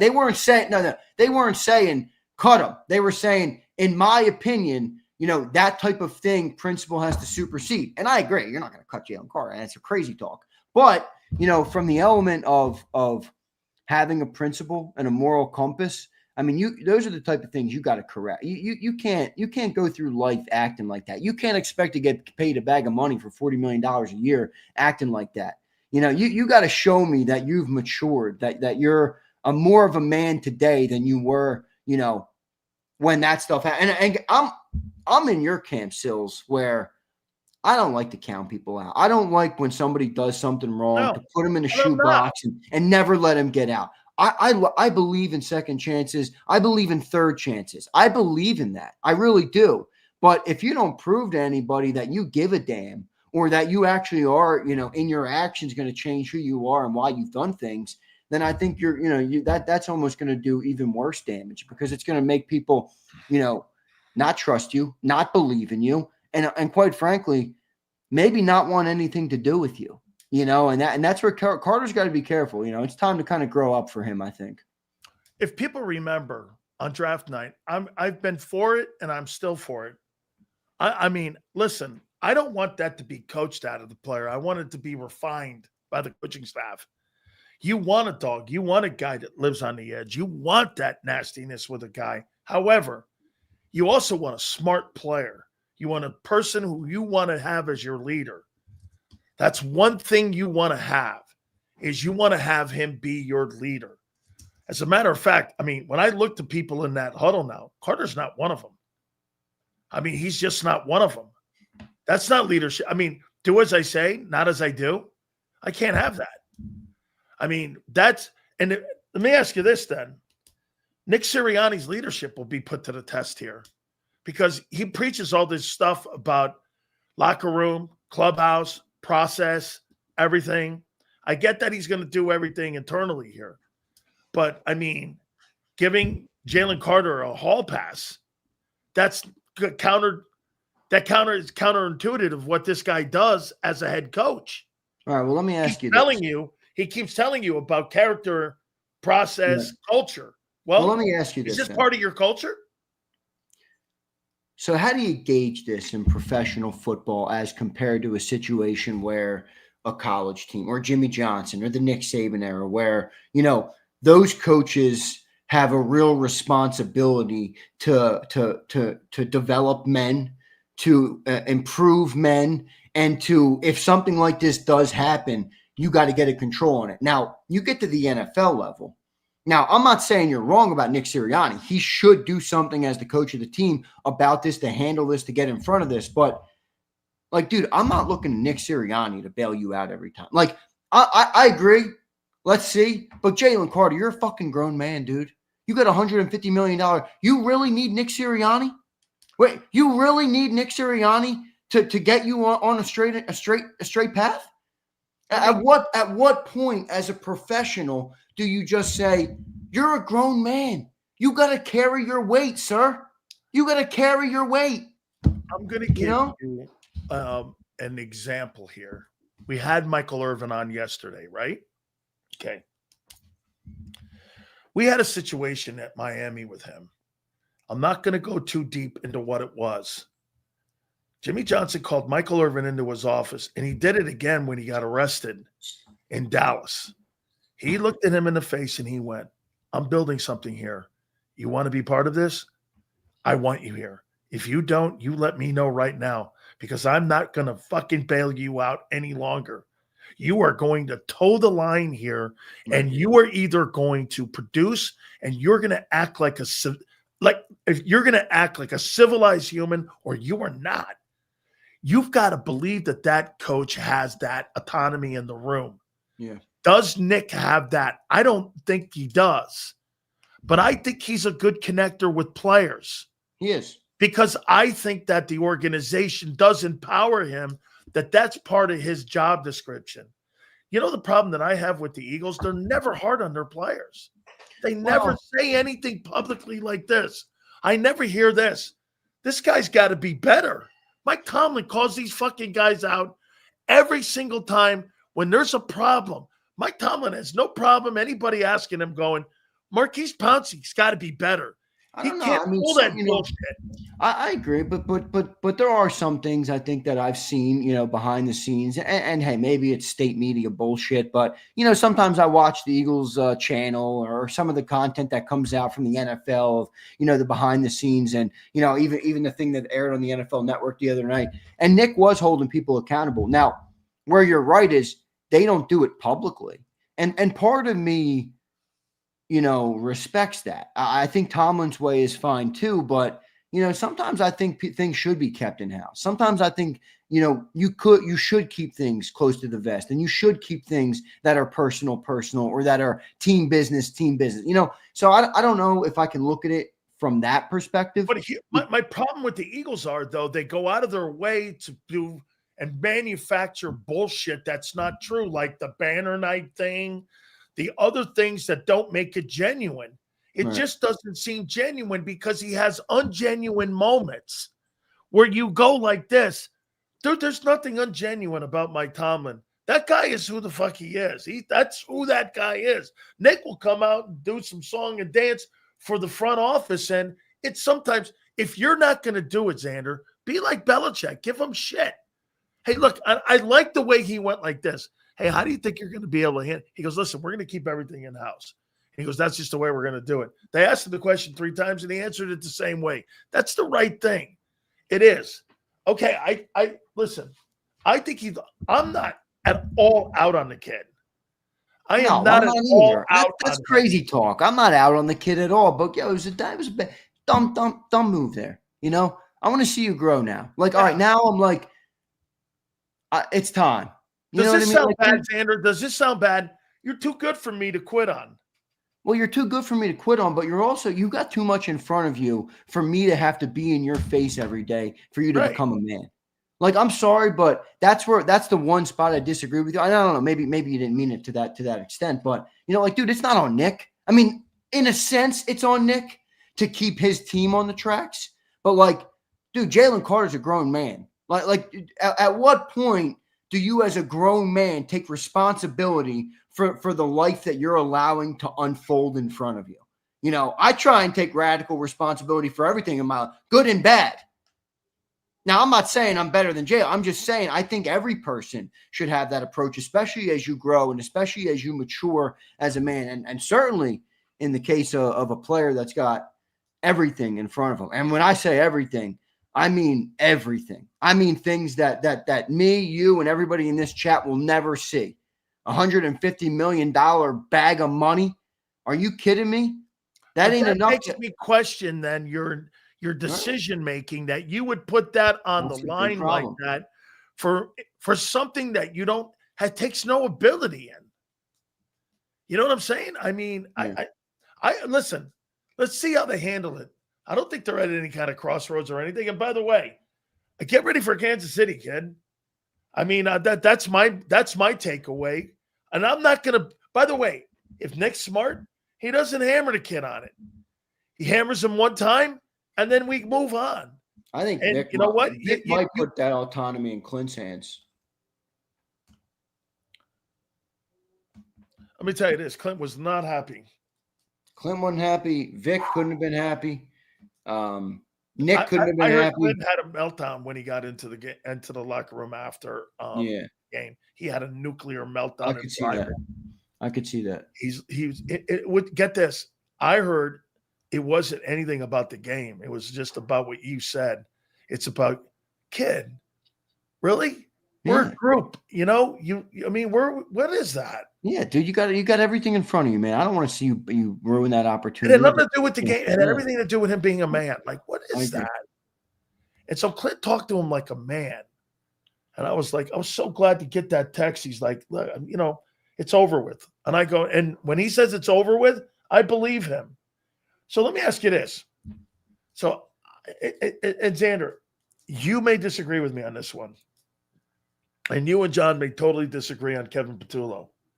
But, I mean, I saw Jalen Hurts improvising off of bad play calling in the first half. And I'll tell you this, no one's going to convince me in here that 4 targets to Devontae Smith and A.J. Brown is elevating an offense. I saw a quarterback, when the plays weren't there and they weren't open, Hurts was wheeling like he was 2022 Hurts. And when you take off running, that's not a designed play, Xander. That's a quarterback seeing the game, improvising, using yards to move the chains. He was so effective on this. How many times do we keep saying this? Every time in 22, 3rd and 11, this fucker's picking it up with his wheels because he sees the game. They were shut down in the passing lanes. I thought Matt Eberflus had a hell of a night. Well, the only thing, my only pushback on you on that is what was he doing in the first half? I mean, you're playing all-man coverage. Jalen Hurts all he had to do is run around the tackle a couple times, and he had a free lane. I mean, he had 2 rushing touchdowns that way. I know. You know what? And you know what? I don't know what he was doing with that. Well, I know what he was doing. I mean, think about it. He handled Saquon Barkley pretty well, and he handled A.J. and Devontae pretty well. So he clearly kept 3 guys out of the game. So he went man. He focused on Saquon and AJ and Devontae, and he said Hurts beat us. He was hoping that the offensive line was going to be able to contain Hurts. Hurts is a tough quarterback to contain, dude, because he doesn't have great pocket awareness, Jalen. You can tell he still gets happy feet in the. It's not his most comfortable. But he has open field presence. Exactly. That's exactly where I was going. Once he steps out of that pocket, man, he has a great knack for where everybody is on the football field. That's why I think he leaves so much, because he's just more comfortable out there. He's got a better feel for the game out there. So I think Jalen Hurts really disagree on Patullo, man. I don't think he had a great game. Is that what you're saying? Yeah, I don't. What did he do that was great? I mean, I'm not going to kill him. It's week 1. Let's see. One thing I do agree with Underdog on is he's like, so you're telling me they played 60 snaps or whatever it was, and A.J. Brown and Devontae Smith didn't get open more than 4 targets? Like, and that's where I probably agree with Underdog. Like, you're telling me A.J. Brown didn't get open once? I don't believe that. I don't believe that either. So that's where you want to see now. You can't. It's tough to tell because you don't know. It's game 1. Right, and you don't know what the progressions of the offense are. You can read what you can through the TV screen, but it's hard to tell exactly what the progressions are. On the All-22, you can see them a little bit easier, but I have kind of a hard time believing that A.J. Brown didn't get open at least once in the first 58 minutes of the football game. But I will say this. There was a couple plays yesterday there was a couple plays yesterday where I saw AJ Brown, a little lethargic, not really giving it his all. Now, they were running plays. They were plays that he wasn't involved in the game. And I wonder if some of the things you've been talking about are going to kind of rear its head this Off year. ball. Yeah. Off play. Like, I don't know if he wants another year of not getting the football, man. Like, he wants to be a receiver. Like, he wants to catch the football. He wants to run a route, and he wants that ball to come to him. He wants to win the game his way. Yeah. And to his credit, he didn't allow that to get in the way last year. And, that's but then part again, of it. There's the Eagles glazing with one catch for 8 yards, making it sound like it's the play of the game. It wasn't the play of the game. It was a good play in the game, but it wasn't the play of the game. And what they're doing is they're trying to make the player feel good about himself, but only getting one target. I mean, that's not genuine, dude. Yeah, I agree. And the other thing is, I put out some of our editors created a short that we did last night on AJ Brown, and I'm like, I think about AJ Brown like I think about Saquon Barkley. Give him the ball, and somebody was like, it's week 1, don't start this now. They're winning games, or same thing as last year. And I'm like, dude, I don't care if they throw the ball 17 times. 8 of them should go to AJ. That's how good the guy is. I'm not asking you to change your offense, but when you do throw the ball, I don't know how you don't have AJ Brown involved in that. I really don't. Bro, I'm going to say this about your boy here. Hey, man, this kid Dotson's getting better. He's finding a role for himself. There's a role there for him. Hurts likes him. And do you find any coincidence that Dotson was the only guy working with him the entire training camp and offseason? That here's a guy who made some critical plays. He made a big third down play, that play down the field. You think there's any coincidence the fact that AJ didn't play at all? Smitty missed a lot of time during training camp, and here's the guy that made some plays for you. Yeah. It was Jahan Dotson. By the way, you got to give him a Jahan Dotson. Man. You got to give him a Jahan Dotson. So no, he looked good. And look, I think you're right about what you said.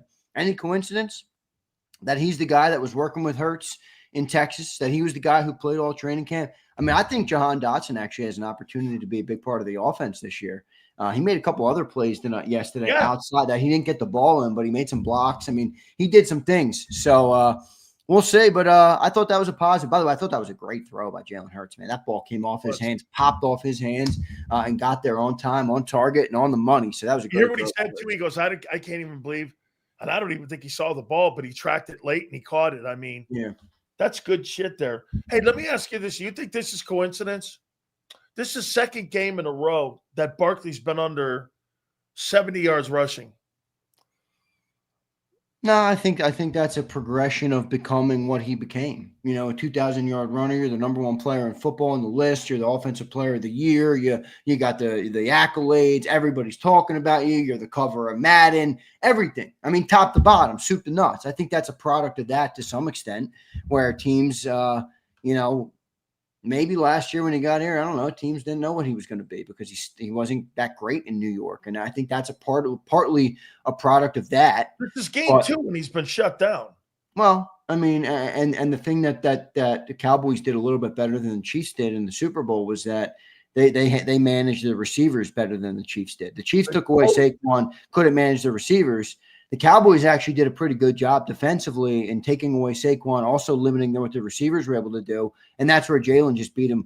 It is tough. It's a tough offense to stop, dude. I mean, if you think about it, last night the Cowboys, if I told you they're going to slow down Saquon to 58 yards, whatever it was, and A.J. Brown and Devontae Smith are going to combine for 22 yards, whatever it was, you'd be like, oh, that's trouble. But Jalen Hurts just figures out a way, and that's where they're really tough to defend. Remember what I said yesterday to you? I said the Cowboys had to play an A game to be in the game. I still didn't think it was enough. And I think that game played out exactly how I thought it was going to play out. They played a C-plus football game, I thought, and they still won it because they just got more talent on the football field than what the Cowboys do. What do you make of the fact that was probably the first time that you and I have seen this in quite a bit? I thought the Cowboys won the night on the O-line and D-line. Yeah. I thought they won the night last night. Now, that had a lot to do with Carter and Landon being injured. Okay? Those are 2 significant dudes.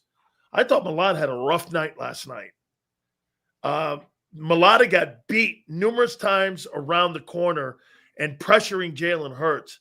And I got to tell you, too, when they brought in that guy Toth or whatever, and they put Steen in there, bro, I thought the Cowboys did a nice job in there. Not super, but they did enough. And on the offensive line, I got to tell you, man, that Tyler Smith kid, he can fucking play. Yeah, he can. Boy, that guy's a good football player. And He's you know what? good. Remember I said if they have 120 yards rushing, Xander, they're going to be in that ball game. And they had like 118 yards rushing. It was just enough to get play action going. Hey, that wasn't a Dak Prescott failure last night. That was a CeeDee Lamb failure.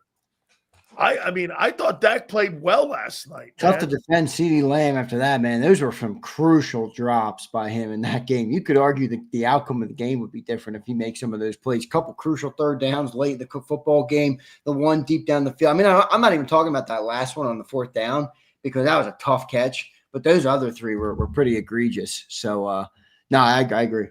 What do you make of here?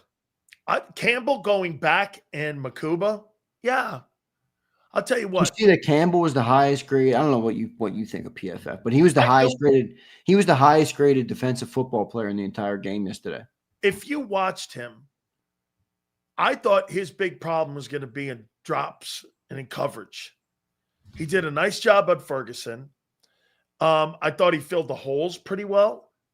And I love the fact that he played more than Trotter because that means you're going to get more out of him. He's more of a weapon than Trotter. No disrespect to Trotter. And for Makuba got beat. It's okay. But, you know, there's no doubt. There is no doubt he's head and heels above Sidney Brown. Sidney Brown cannot play. Come on, Brian Pumper. He can't play. Brian, what's up, man? Keely Ringo ain't out there and ain't even anywhere to be found. Sidney Brown's already hit the bench. I don't think he's reaching the field. Brian Pump, you're not shooting a good percentage right now, my man. You're not shooting a good percentage right now, B Pump. You think Bennett gets that start out there? I think it's coming pretty soon. I don't think he's that much better, though. I think he's better. I think he's better fundamentally, position-wise. Like, you know, with some of that stuff. But I don't – what's the difference? If you get beat for 15 yards or you take a penalty for 15 yards? You know what I mean? I don't really know. So I think they got a problem out there anyway. But somebody brought this up last night. I don't know. I think you were off the postgame show at this point. But he was like, how bad's Keely Ringo if Adoree Jackson looked like that and he was the guy that Vic wanted? That's terrible. It absolutely is. How do you think Q played? All right. I think he looked – I think when I look back at the numbers and kind of what happened, it was a little better than I thought. I don't think he played his best game. But, look, the Cowboys got tough receivers. They got good receiving core, man. They got CeeDee Lamb. They got George Pickens. Were they not better than you thought? They were better than I thought. And it's kind of to my point of earlier in the summer. Remember, I used to say that the Cowboys might get second in the NFC East. Now, I don't think they're actually going to. But that was one of my early bold predictions. And we'll see. We'll see how good they are. They definitely looked like a team that could survive with the loss of Michael Parsons more than I thought. That's for sure. You know, they were better on the interior of the D-line. That's for sure. Yeah, I mean, how many times did the Eagles try and run that hash HB dive right up the fucking middle and just get stuffed? I'm like, dude, kick it outside. That's why I was wondering what's going on with AJ. Is this a crazy comment? But that's the best I've seen the Cowboy defense look against the Eagles in 2 years. And that's without Parsons. I mean, right? I thought they looked better without him. Now the pressure was not there. Let me ask you this something else here. Your edge rushers. What'd you make of Hunt and Nolan Smith? Hunt is not there yet, where a lot of people thought he would be for the season. Shady, I love you. I don't know if you're in here, Shady. 3.5 sacks was the projection from Shady. A lot of guys projected Jalen Hunt was going to be ready to be the number 2 edge.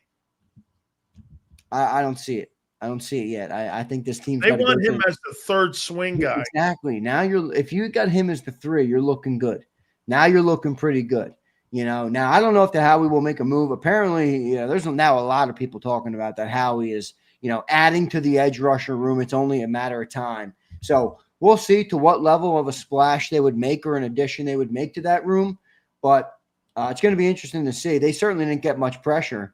And even John said it this morning. Now, I don't know. I'm going to watch the All-22 tonight before that night game. I'm excited for Friday Night Football. I mean, I was just pumped because, the Eagles game is obviously great, but it's also a grind. You work your balls off, which I love, by the way. I'm not complaining about it.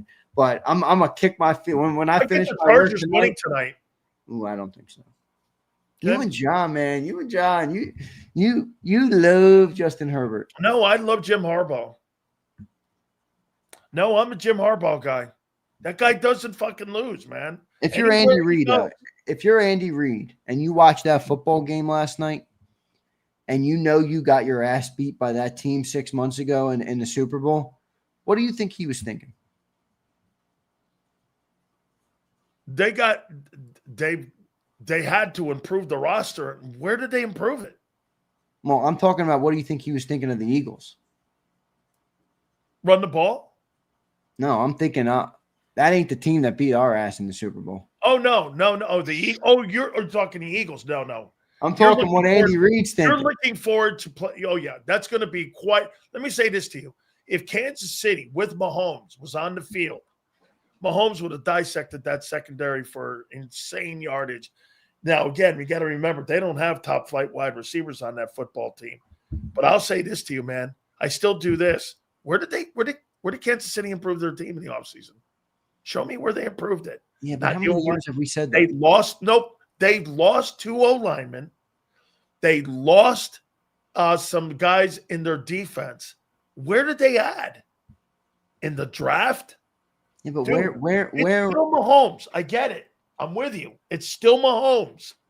He's always going to be in the Super Bowl conversation. I don't know. Look, they might come back to earth, but until they do, I'm not picking against them. I mean, I watched them a couple years ago when they won the Super Bowl and they beat the 49ers in the Super Bowl. They looked like dog shit for about 14 weeks. Hey, they beat the Eagles with They woke up from their 3-month snooze and said, all right, time to play football again. And then they marched their way to a Super Bowl championship. So I don't know. I'm not ready to count that team out yet. I'm sorry. I'm not ready to pick the Chargers. How about this one here? You think the lack of vets on that football team on defense is a factor? Yes. When we talked about it all offseason, I think it was evident it's a factor. It's going to be a factor. Think about it. You lost Brandon Graham, Darius Slay, Josh Sweat, Oren Burks, Isaiah Rodgers even has a lot more experience than most of these guys. CJ has way more experience than these guys. You lost a lot of guys. Milton Williams, you lost a lot of dudes that had a lot of reps in the NFL. And you replaced them with good young – I mean, there's some young talent, don't get me wrong. But I think there's a reason that teams look to have, a good balance of youth and upside and pedigree and veteran leadership, and you got to kind of bridge that gap. While it's a young man's game, you got to keep those guys on the rails. I mean, if Brandon Graham was out there last night, honestly, I believe this. You might not have even have seen Jaylen Carter. Oh, think about it. Jaylen Carter was standing over in their huddle, basically alone. There was no other Eagle defender with him. That's normally Brandon Graham, who's got everybody back in the huddle, and he's hollering across the line of scrimmage. He was chirping at Tyler Booker. Who? JC? Carter was? Yes, he was chirping at him. I don't hate that. Keep chirping. But no, because the kid was chirping at him. Remember? He was going, I'm looking forward to playing against them. And I think what he said was, hey, you about to get the whole bunch of me just about now here. So supposedly what I'm being told is that he said something shitty to him like this. Hey, Tyler, you're going to get a whole handful of me. Yeah, and Dak said something, and he goes, remember, Dak goes, I had to defend my guy because he was chirping at Dak. I don't like Dak. I'm sorry. No, hear me out, though. Hear me out. I'm an Eagles guy. I care about Jaylen Carter more than I care about Dak because Jaylen Carter impacts the Eagles. Dak Prescott does not. So I'm going to be harder on Jaylen Carter than I am on Dak Prescott. But if you take that out of it for a second and you look at Dak Prescott, he's a fucking phony. That was a phony-ass response he had. What did you want me to spit on my lineman? Oh, really, Dak? Is that what you were doing, Dakota? I mean, that's a shitty – bro, don't sell me a pile of bullshit. I don't want to be sold a pile of bullshit. I would have rather said, next question. Next question. I'm not talking about that. Oh, did you think I was going to spit on my lineman? Oh, really? Really, Dak? I mean, come on, dude. I hate that. I'm sorry. I don't like phony dudes. I don't like phony people, man. Just give it to me straight. I don't like phonies. I got something said to me. Do you know that since 2020, CeeDee Lamb's got the most drops of any wide receiver in the NFL? I saw that. 35. Dude, that's a lot of drops. And you're paying that guy $36 million. Well, he clearly gets open. I mean, that drop he had deep, that by the way, speaking of Dak, what a hell of a throw that was on that one drop down the Yep. He cooked Quinyon Mitchell on that. Yep. He did. Yep, Quinyon Mitchell was complete, flat out beat. And Dak dropped that thing right in the breadbasket. It bounced off CeeDee Lamb's hands. You know, so you got to be careful. I thought Dak played elite football last. I thought both quarterbacks did. I did. I thought both quarterbacks. That wasn't a Dak issue last night when it came to losing that ball game. That was man. They had a ton of drops in here. All right. So coming away from that game, where's your biggest concern? I think the team still has a good nucleus. You know, I think defensively, Jahad Campbell is. I'm concerned about Landon, just so you know. I don't disagree with you there. I'm a little bit on edge, not on edge, but you know, what is the evolution of the offense going to look like? And I don't think it's maybe as big of a problem as we thought maybe like a year ago. But I don't think you can put Jalen Hurts in the position you put him in last night every single week and just expect him to bail you out. I mean, let's get a little more creative here. We got Devontae, we got AJ, we got Dotson, who can kind of play. You got these other backing receivers, John Mechie, Darius Cooper. They just signed another dude to the practice squad and released Antoine Powell-Ryland. You know, all these receivers. Let's help out the quarterback a little bit. You know, so I don't know. We'll see how the offense evolves. It's only week one, so I'm not gonna crucify him on that yet. Defensively, all of the weaknesses that we talked about all offseason, where you teased me and you said they took a blowtorch, you know, and that blowtorch kind of showed up last night. It did. But I'm going to actually go on your side here for a moment and go, it's September Liars Month. It is. So you got to kind of hang in there. I think we have to wait and see 3 games into this before. I'll tell you, my concern is this, bro. You are not the same offensive line. If Landon Dickerson is continuing to play like that, why don't you fucking sit his ass? Get him healthy, bro. You need that guy in a stretch run. You don't need that guy now. Dude, you're telling me. I said that this morning, and John hit me with, you got to get to September, Xander. January, Xander. You can't just assume you're going to be there. And I thought that was a good point. But you're under the assumption you're head and heels above everybody right now. Without Landon Dickerson, you're still in the room with them. Dude, it's a new season. Landon Dickerson, you're better. So wait a minute. This was going to be a tight race for the NFC Championship anyway. What happened right now with Eagle fans? Reality is now hit. Couple injuries here, not performing at certain positions. Xander, you could put 7 teams in a hat and come out with this. Bucks-Rams NFC title game, Eagles-Rams NFC title game. You could have Lions-Rams, Eagles. This is going to be a tight race. What's going to be the determining factor? Freaking health. Health. You need Landon. Bro, you can't put that guy Toth and Steen in the middle of your team. They're going to get handled, man. Why do you think Steen was so bad? I didn't think he looked that bad. He was okay, not great. But let me tell you this. How do you think Tooth and Steen line up against that Giants D line? Yeah, not good.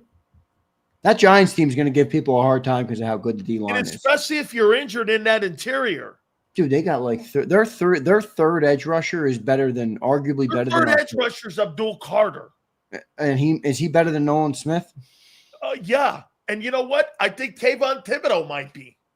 So their third edge rusher is better than our first edge rusher? Their the New York fucking Giants? And their first guy are clearly Burns is better, Thibodeau's better, and Abdul Carter's better. I think what the Giants got to do is they got to get that Jackson Dart kid ready to play and get him in there. Let him get in there and let's go. I mean, I maybe give him a couple weeks on the bench, but if they go to him, and I think he can play, so we'll see what he's able to do. Did you think Becton's loss was felt? I always thought Becton was the one that didn't make a lot of sense to me because he was like $6 million. Like, he wasn't even that expensive. You know, why not just keep continuity for continuity's sake when you're coming off a running season like you were? But, you know, we'll see what ends up happening with it. I think it's definitely something to keep an eye on. I'm honestly a little bit more concerned about Landon Dickerson right now than I am about Tyler Steen. Do you believe, couple last ones here for you, then we'll get to super chats. Gotta wait. By the way, guys, please hit the like button. Dude, why Isaiah Rodgers, bro, is so missed right now. He'd be starting out there. It's Slay that's missed. Okay, if you wanted to move off of Slay, why move off both of them? Yeah, I don't get it either, really. I mean, I think they were banking on Ringo, my friend. I think they were banking on Ringo. And that dude, he's nowhere to be found. He's third on the depth chart. They didn't even share. I didn't even see that dude once. Did he get any playing time? No. Wow. He probably got some special. I mean, he was a special teamer. You know, he's a gunner. That's what he is. We drafted a 4th-round gunner. You want to see Jalen run as much as he ran last night? No, but I do think you're right about the way he handles the game. He doesn't take a lot of hits anymore, man. He's got very good field awareness outside of the pocket. I do still think he's a little uncomfortable still in pockets. I think anybody who watches a lot of football can see that. You know, he gets a little bit of happy feet, but once he steps outside, man, that's when I think he really flourishes. So I don't really worry about him like getting hurt. But I don't think you want to have that as a crux of your all. I mean, he ran what, 14 times last night? 16? That would be on pace for 240 carries. Uh-oh. Adam Schefter, what do we got? Oh, Zadarius Smith. Let's go see if they're right. Oh, boy. Look at this. Howie said, y'all ain't sleeping tonight. Yep, he signed with the Eagles. It's confirmed. Zadarius Smith is landed in Philly. I guess it's better than what we got. Well, let me ask you something, man. 7-8 months worth of all that work and all that guessing about who was going to play and all. And now all of a sudden, you're making moves for corners, edge rushers, wide receivers. I mean, really, Xander, they overestimated the roster. I mean, you're making moves now in season. You're making moves 2 weeks before the season starts.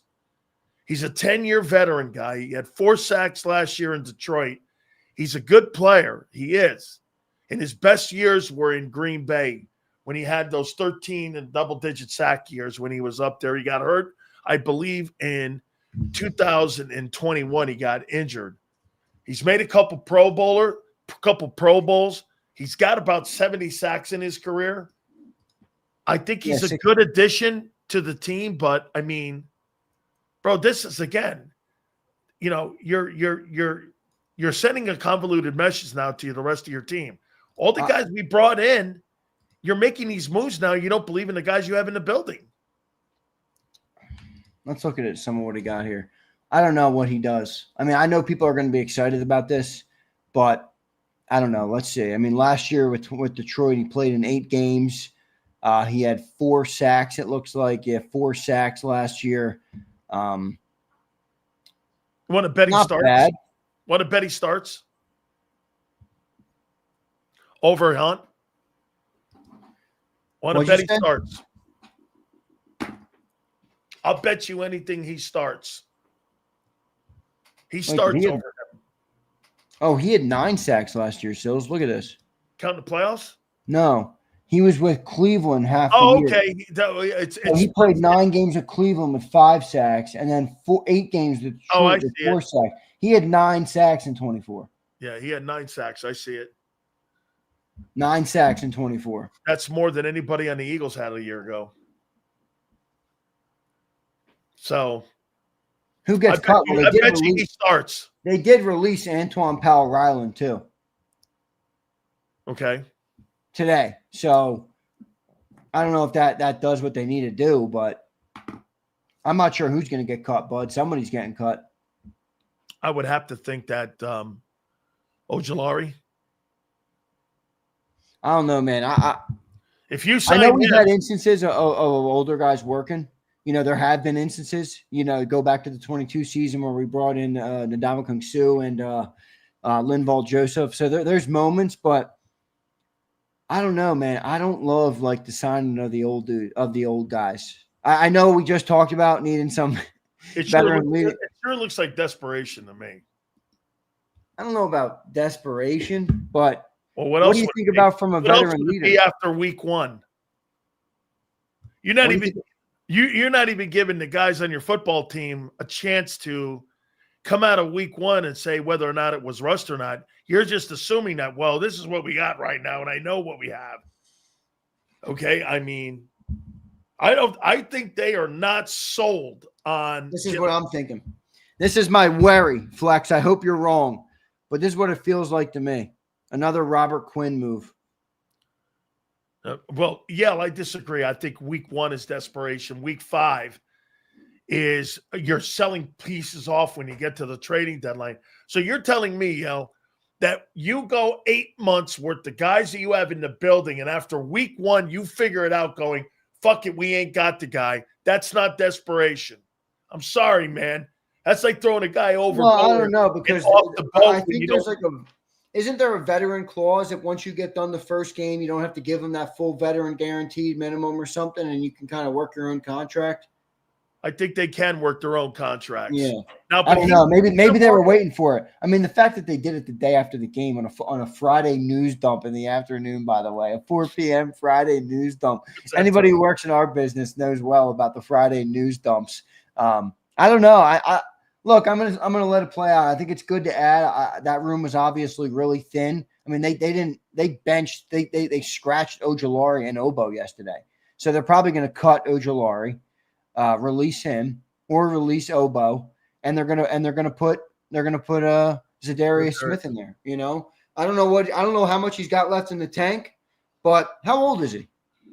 9 sacks is pretty impressive. It is. That's 32. better than I thought. That's not awful. 32. 32 years old. That's not awful. I thought Quinn was 35 when he got here. Zadarius Smith age. I thought he's going to turn 33 in 3 days. So he's 33. He'll be 33 for the next game. If JD3, you don't know what a Friday news dump is? Come on, man. You got to know what that is. Friday news dump is when companies or people or news organizations, they wait for the Friday after 2 or 3 p.m., which is typically the most dead time in all of media consumption, and they release whatever they got to release to reach the minimum amount of eyeballs possible. That's right. The Friday news dump. It's a very common thing, not only in sports, but across everything. Very, very Eagle-ish, too. Very Eagle-ish, man. This is not the first Friday news dump they've had. Absolutely not. Hey, we've signed. This is what it sounds like. Hey, we've signed Zadarius Smith because we hate our edge rushers. Well, they didn't really do much to prove last night that they didn't need Zadarius Smith. I think they realize the loss of Josh Sweat is more felt now than ever. Yeah. Okay. Yep, I agree. Would you not have signed him for $19 million? That's all he signed for, dude. I'll trade for Trayvon Walker.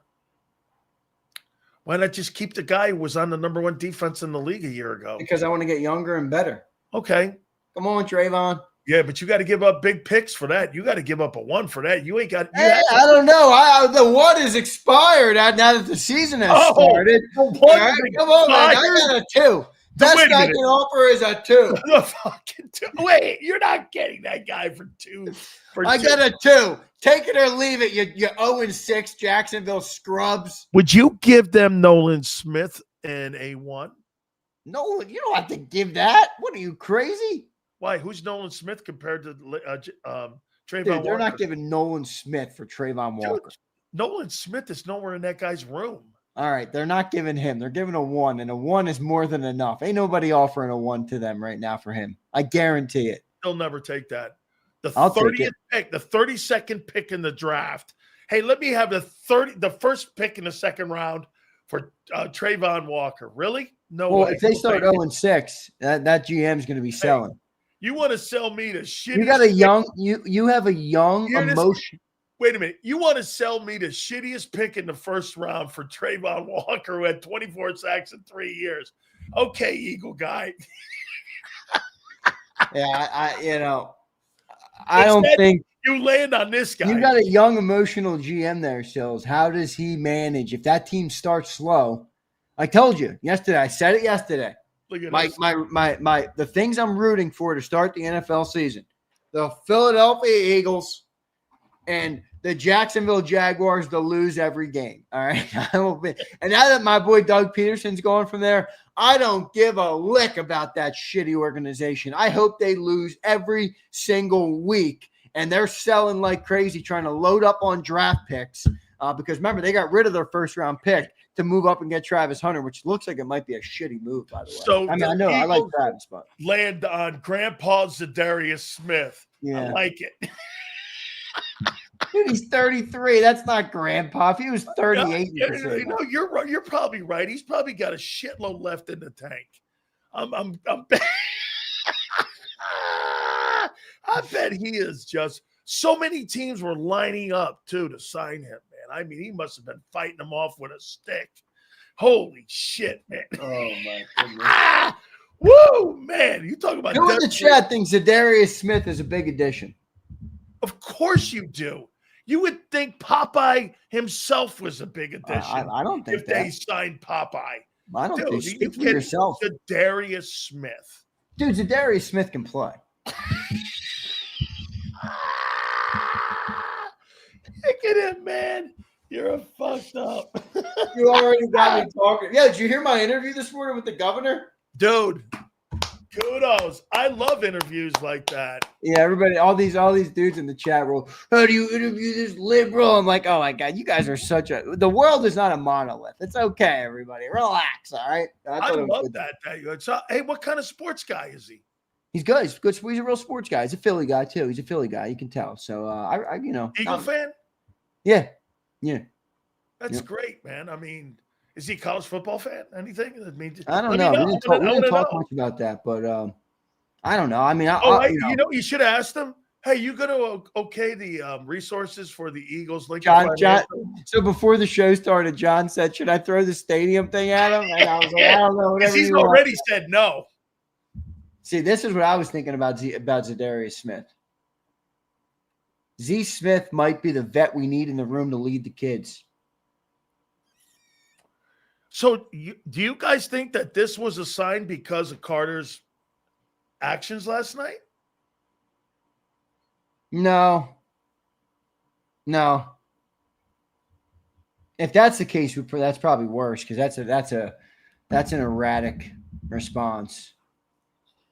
I agree with Underdog too. Playing next to Carter is going to make him better than he was last year. Although that D-line on Detroit last year was pretty good too. I thought they brought him in after Aiden Hutchinson got hurt. They brought him in from Cleveland. Remember? They made the trade with the Browns, I thought, when Hutchinson went down. So I don't think he played with Hutchinson. Remember, Xander? He was there in Cleveland, and then they made a move for him to be brought into Detroit because – hey, he was pretty effective last year. I remember seeing him. Okay, I do. I remember. Here's Brian Pumper says, Lions fans are pissed we got Zadarius. He is one of those mercenaries that only signs after training camp. Lions GM thought they were getting him back. Brad Holmes. I don't know if they thought that, dude. They got Aiden Hutchinson coming back this year. He wanted a lot of money to go back there. I do not believe that the Eagles gave that guy. Does anybody know what we paid him? Not that I really care. No, that'll come. Well, the agent will probably put something out there. Whoever's agent. See, like this is what I opened Twitter and the first thing from a Philly sports account is breaking in all caps. Howie Roseman does it again. Like, let's pump the brakes. The guy's been sitting on the open market for 6 months. I mean, come on, man. Let's see how he pans out. All right, maybe he pans out, but I'm not gonna sit here and start to glaze Roseman for signing the oldest edge rusher available. Come on. Oh my God. Let's get to some of these super chats here. Guys, hit the like button. Hey. Oh man. You gotta be kidding. Howie Roseman does it again. Hey, what do you think, Sills? Zadarius Smith. Holy cow. I think he will help. He may help. I'll tell you what, he's better than Azeez Ojulari. Oh, Ojulari didn't even hit. He got sent to a practice squad yesterday. Man. Really, man. He got sent home. Jaylen Carter, man, he saw him on the way out the door. Jaylen Carter. Lamar. At least Lamar knows. I love the Howie propaganda. Relax, Xander. I know you do, Lamar. It like feeds you, man. It keeps you up at night. It's like your adrenaline. It's like your Red Bull. You just want to be lied to, Lamar. It's like you're a glutton for punishment, Lamar. You know I love you, Lamar. Here's Josh B. What up, Josh? He says, insiders said they were signing an edge on Tuesday. This isn't a reaction to last night. It's a reaction to the preseason. LOL. Yeah, I heard. I mean, John's been talking about it for a while. Hey, but Josh, like I said, you ain't replacing them edge rushers. And here's another example of it. You're getting another guy in the building when you had the guys in the building. I mean, like I said, blowtorch. That's where you are. When you're signing what's the guy? Zadarius Smith, Azeez Ojulari, and the Joshua Uche Kuches. Dude, what the fuck is this? A Jamaican bobsled team? We're looking for edge rushers here, man. Holy shit, man. I mean, really? Yeah, how about Howie on a Friday news, though? Yeah, everybody wants to talk about Jaylen Carter. Let's change the narrative for the weekend. Let's sign Zadarius today. He's sinister, man. He knows what he's doing. You know, I love the innocence of the Eagles fans, though, who just think, it's Howie. Oh, my God. Hey, you would think they signed Reggie White. I'm not trying. Look, I'm happy they signed him. I hope he helps. But, you know, I got plenty of experience with this Eagles PR staff to know enough about the way they handle themselves. I'm not criticizing them. They're allowed to do whatever they want. I'm just saying, if you guys knew what I knew, you would find it funny too. All right? I'll say that. You would find it my God, we just signed Reggie White. No, you signed Zadarius Smith. He's the same guy. Holy cow, this guy rushes the passer like he's Bruce Smith. No, you signed Zadarius Smith. No. Zadarius Smith, not Bruce Smith. Holy cow. Howie's sinister. Look at this. Feel the rhythm, feel the rhyme. It's Jamaican edge rusher time. Oh, baby.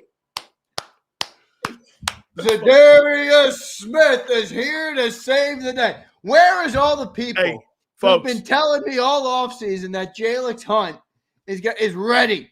He's ready for prime time. He's ready to be the second edge rusher on the football team.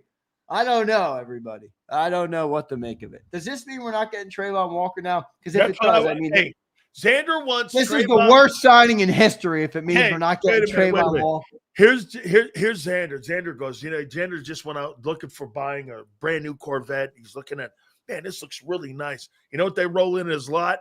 Zadarius Smith, a Chevrolet. That's what they roll in. No, they roll in a Honda Civic, man. It's not even a truck.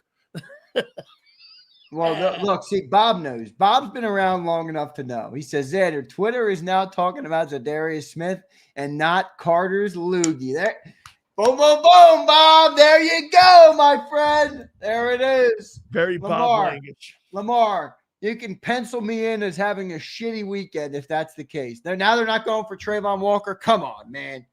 Come on. That's hilarious. Xander wants Trayvon Walker. They give him Zadarius Smith. Let's get to these supers, man. Let's read. I wanted Trayvon. Now he picked up a 33-year-old Z Smith. Although he did have 9 sacks last year. That's pretty good production. Actually, he had more sacks than Walker last year. Nah, Walker had double digit. Oh, he had 10? Yeah. Okay. Walker had 10.5. 67 hurries last year. 11th in the NFL. Really? Wow. They said up to $9 million? Oh, they paid him. Yeah, they did. They paid him. They didn't pay him league minimum. Is that true? Right? Let me take a look at that. It can't be true. $9 million. Here we go. 2024 season for Zadarius Smith. 63 pressures, 9 sacks, 17 quarterback hits, 15.9% pressure rate, 123 pressures, and 16.2% pressure rate over the last 2 seasons. Jeff Kerr writes that they got significantly better. Of course he did. Former Detroit standout. He's 32. He's a 3-time Pro Bowler. I don't see any money in here yet. Signed a 1-year contract. I don't see any dough yet.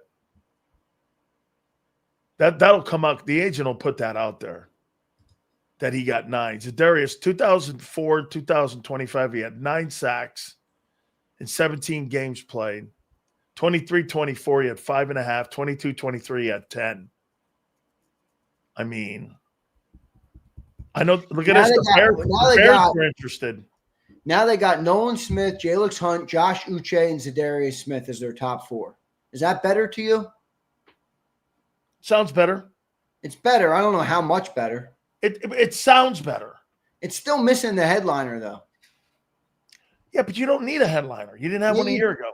We do. We got a bunch of 2s and 3s. Josh Sweat was enough to be a headliner on this team. Yes, he was. Yeah. You tell me you think Nolan Smith, Jalen Hunt, Uche, or Zadarius Smith are what Josh was last year? No way. No way. No way. Okay, let me ask you this. Sweat, Smith, and Hunt. They are good numbers. Dude, they are good numbers. They are. I mean, they are good numbers. He was 11th in the NFL last season with 67 hurries. Yeah, I saw that. That's pretty good. 2 teams, too. He did that on. Are we back, baby? Is the edge rushing room back? Woo! Sills, come on, Sileo! Are you telling me it's Howie season, everybody? That Friday news dump is hitting like crack, Big Sills.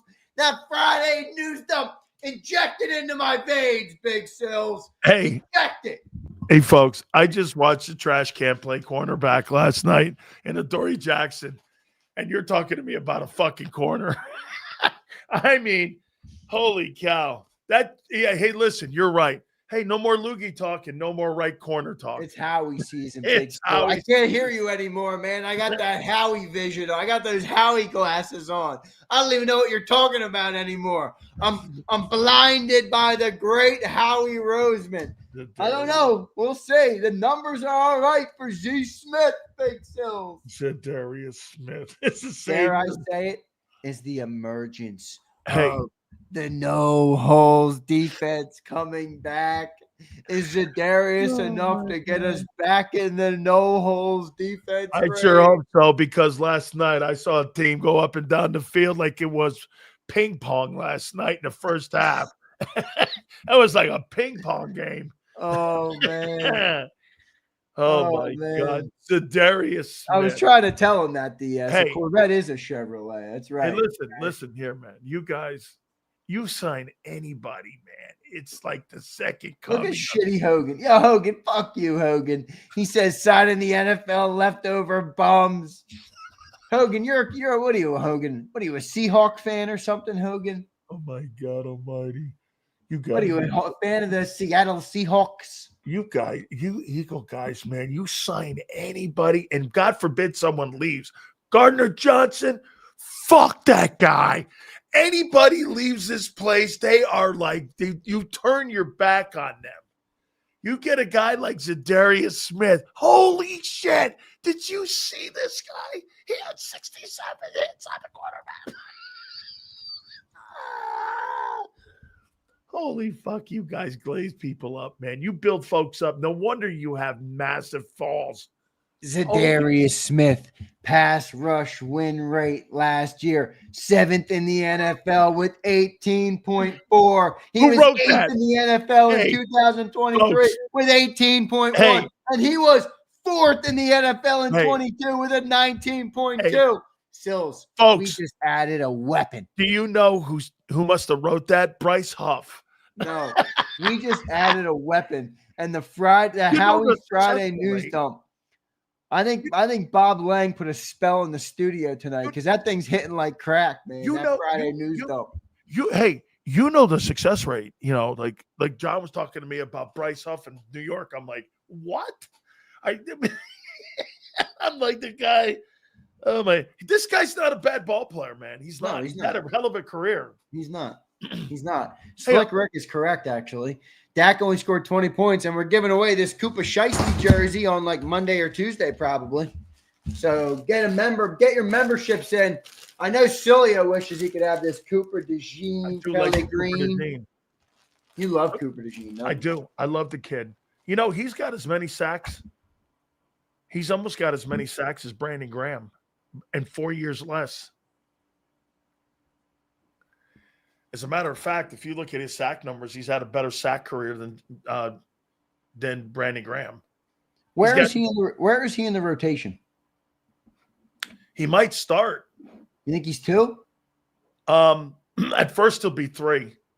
Then he'll be 2, depending on what kind of conditioning he's in, too. They got to see what kind of shape they got him in. That looks to me, I don't know, is that somebody that Vic would sign off on? Look at Bud. Z Smith just arrived in his mobility scooter.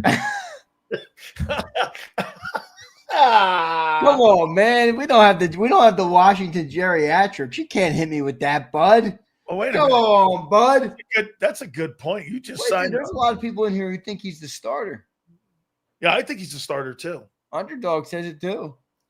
Yeah, I think he's a starter. I'll tell you what, he does fit the scheme. He can play the run well. So that's going to be a good thing for them. I think if they can get him up to speed, he might start against Kansas City. Well, they do have 9 days? Yeah, they got the extra small bye here. I don't really think it's a bad deal here. No, I don't either. But I think it's an indictment on Howie Roseman. I'm just kind of in a giddy mood about the Howie Friday news dumps because I know how they love to correct the narrative. They were probably thinking of signing him like maybe next week or like maybe Monday or something. Jaylen Carter hawks a loogie on Dak Prescott. Sign that man. Howie was calling this guy last night from the owner's suite. Are you kidding me? Do you think the Eagles watched the film and were do you think they were happy or disappointed with what they saw last night? I think it's game 1. I mean, I don't know. We'll have to see. I'm waiting for the all 22. He makes a move. He makes a move the next day. Yeah, well, apparently this has been in the works. I have heard it. I will say that. So it's not out of the ordinary. I did kind of expect something coming, but I thought it was going to be a little bigger than this. Yeah. Now I know why the NovaCare complex got mad at John McMullen for saying Trayvon Walker because they were hitting us with that Zadarius Smith, and they didn't want to wish for more like I am right now. So wait a minute. So Howie was in the conversation for Micah Parsons, and then he lands on Zadarius Smith. All right. Hey, that's quite a move. Hey, wait a minute. Hey, Adam Schefter. Hey, guess what? Howie Roseman and the Eagles were in the conversation. They didn't get him, so they got Zadarius Smith. How you doing? I don't know if Zadarius Smith is going to do what we're thinking, but I think he's going to help. Yes, can't hurt. To some extent, I think he's going to help. All right, let's get to these supers. Herman checks in. Still shaking his head like I just got Xander in the room, and then he blows up over Z Smith, LMFAO. Come on, baby! Z Smith has landed. That Howie potion is hitting tonight, Josh Herman. I'm sleeping good after that Roseman move. Hey, folks, this guy's got about 20 minutes worth of sleep going. Look at Brian working on. This guy continues. He says, y'all seriously don't know Zadarius? We both know Zadarius. He was better than Sweat last season. I don't know about that. Sweat played on the number 1 ranked defense in the National Football League and had 2.5 sacks in the Super Bowl. Yeah, that I don't believe. He is good. I'm telling you, Xander, he's had a hell of a career, man. This guy's got almost as many sacks as Brandon Graham. HKP says great pickup. Do you agree? Who? HKP in the chat. Do you agree? You remember HKP. He's the guy who came on the screen and you flustered him in 3 seconds flat by calling him AJ Brown. Do you remember that? I do. Yes. HKP had a By the way, that's an old school trick. I know it is. I knew what you were doing. I told him next time you can't get baited into Big Sills' shit. All right. Yeah. Okay. On a scale of 1 to 5, what kind of move is this? 1 to 5? I'll go 3.5. What would 5 be? Micah Parsons? No. Yes. All right. And one would be like Trayvon Walker. 1 would be like Aziz Joshua Uchikuchi. I think 3.5 is a good number. I think 3.5. 4. Trayvon Walker would probably be 4. I think it's more of a 3. Yeah. I think it's more of a 3. Okay. 3. Sig Lord says 1.75. 1.75. Oh, 3. I'm with you guys. I think it's a 3. Yeah. I think it's a 3. Too. I do. Holy cow. What was Bryce Huff? Huh? What was Here's Bryce Bob Huff? Brown. What do you mean? What was Bryce Huff? What kind of move was he? He was supposed to be a 4. And he landed on a -2. Brian Pumper or Bob Brown. Excuse me. I don't know how I mixed you two up. Xander, going into the playoffs, we'll have Trayvon Walker, Zadarius Smith, Nolan Smith, and Jalen Hunt. Come on, Bob. Hey, Feed it to me, Bob. If that's the room, then you're in the conversation there. That'd be a hell of a room. Yep. If you had that room, holy cow. You think Aziz is getting cut or probably Obo? It's I don't know if they cut Ojulari, probably Obo. Yeah. That's right. Hey, by the way, I love this one. Hey, is Trent Cole available? I actually like Trent Cole. He's a good dude. Nick Walker says Uchi Coochie pass rush last night. He did. He had a couple good rushes. He did. Yeah, but get this. You can't hear Xander do this, folks. Hey, you know who had the best pass rushing last night? Joshua Uche. What do you mean? What about Nolan Smith and Hunt? Where were they? No. Uche had a good night. That is a nightmare. I gave a 3 I'm up. I'm a little delirious right now. I'm wondering if a 1 up, and Joshua Uche is my guy. Xander's up till 4 in the morning. Then he gets up and goes to work at 6 in the morning for. I don't need. Here we go. No, we got that already. Can you imagine if they got Trayvon too? Josh Herman, I got that one. Brian Pumper, we got that. Nick Marchetti says Zadarius had more sacks and pressures than Sweat. Wow. He did. Pressures are important there too. Khaled says we need a corner. You really think? What was Zadarius Smith's sack number the last 5 years? Can you look that up right fast? Rashid, I got you, brother. We already did it. I'm sure you saw it. Here it is right here. All day says they set up to $9 million. That's a lot of money. I don't care. It's not my money. I don't give a shit. So get Hopefully it works out, though. 9, 5.5. It's 14.5. 10. How about this, Xander? In the last 3 years, he's got 24.5 sacks. That's pretty impressive. That's more than any Eagle has. You want to get J-Mac on? Would he come on? Let me text him. I mean, get Johnny Mac for 10 minutes. You don't have to go long. Dude, he's got to be sleeping. But I mean, last night he was hey, help me out here. Why is the Wi-Fi so bad at Lincoln Financial? I don't know. Well, that's it's an like old the best stadium on the planet. I need like one of my tech dudes, like Joe Whip or somebody, to help me out. What can I send John to the NovaCare with to get to or the Lincoln Financial Field to get better internet? I can't believe that thing's shitty like that. I mean, right? I can't believe that they and that place is just not that good, man. When it comes to the Wi-Fi there. Kimberly says, now we just got the Walker LMA. I don't think we're getting Walker, Kimberly, unfortunately. Look at this here at Green Bay, man. This guy had 8 sacks. He had 13.5. He had 12.5. He made the Pro Bowl. He was second team All-Pro in 2020. He got hurt in 21. And in 22, he had another 10-sack year, and he was with Minnesota. That's right. He was up there with Minnesota with Danielle Hunter. And those two guys were really good up there. All right, here we go. Brian Pump says Lions wanted to sign him back, but Zadarius wanted to wait to chase a ring. Dude, he's in the building. That's why the Lions left the other defensive end spot open. We stole him. Xander, he's in the building right now. Already? Yeah, I got a picture with John. Look at John Clark. This was in the works then. Oh, did John Clark's got a picture. Oh, they don't even have to cut anybody because Ben Van Sumeren got hurt. Ben Sumeren got put on injury reserve. So nobody has to be cut. Wait, who'd you say? Look at John Clark? John Clark has Eagles have signed veteran pass rushers, Zadarius Smith, and placed Ben Van Sumeren on injury reserve. So he's lost for the year, obviously, which is horrible. Oh, I see that. It looks like he might be in the room, but I can't really tell. Well, that's Eagle background, unless this guy's an Eagle fan. I don't think he's an Eagle fan.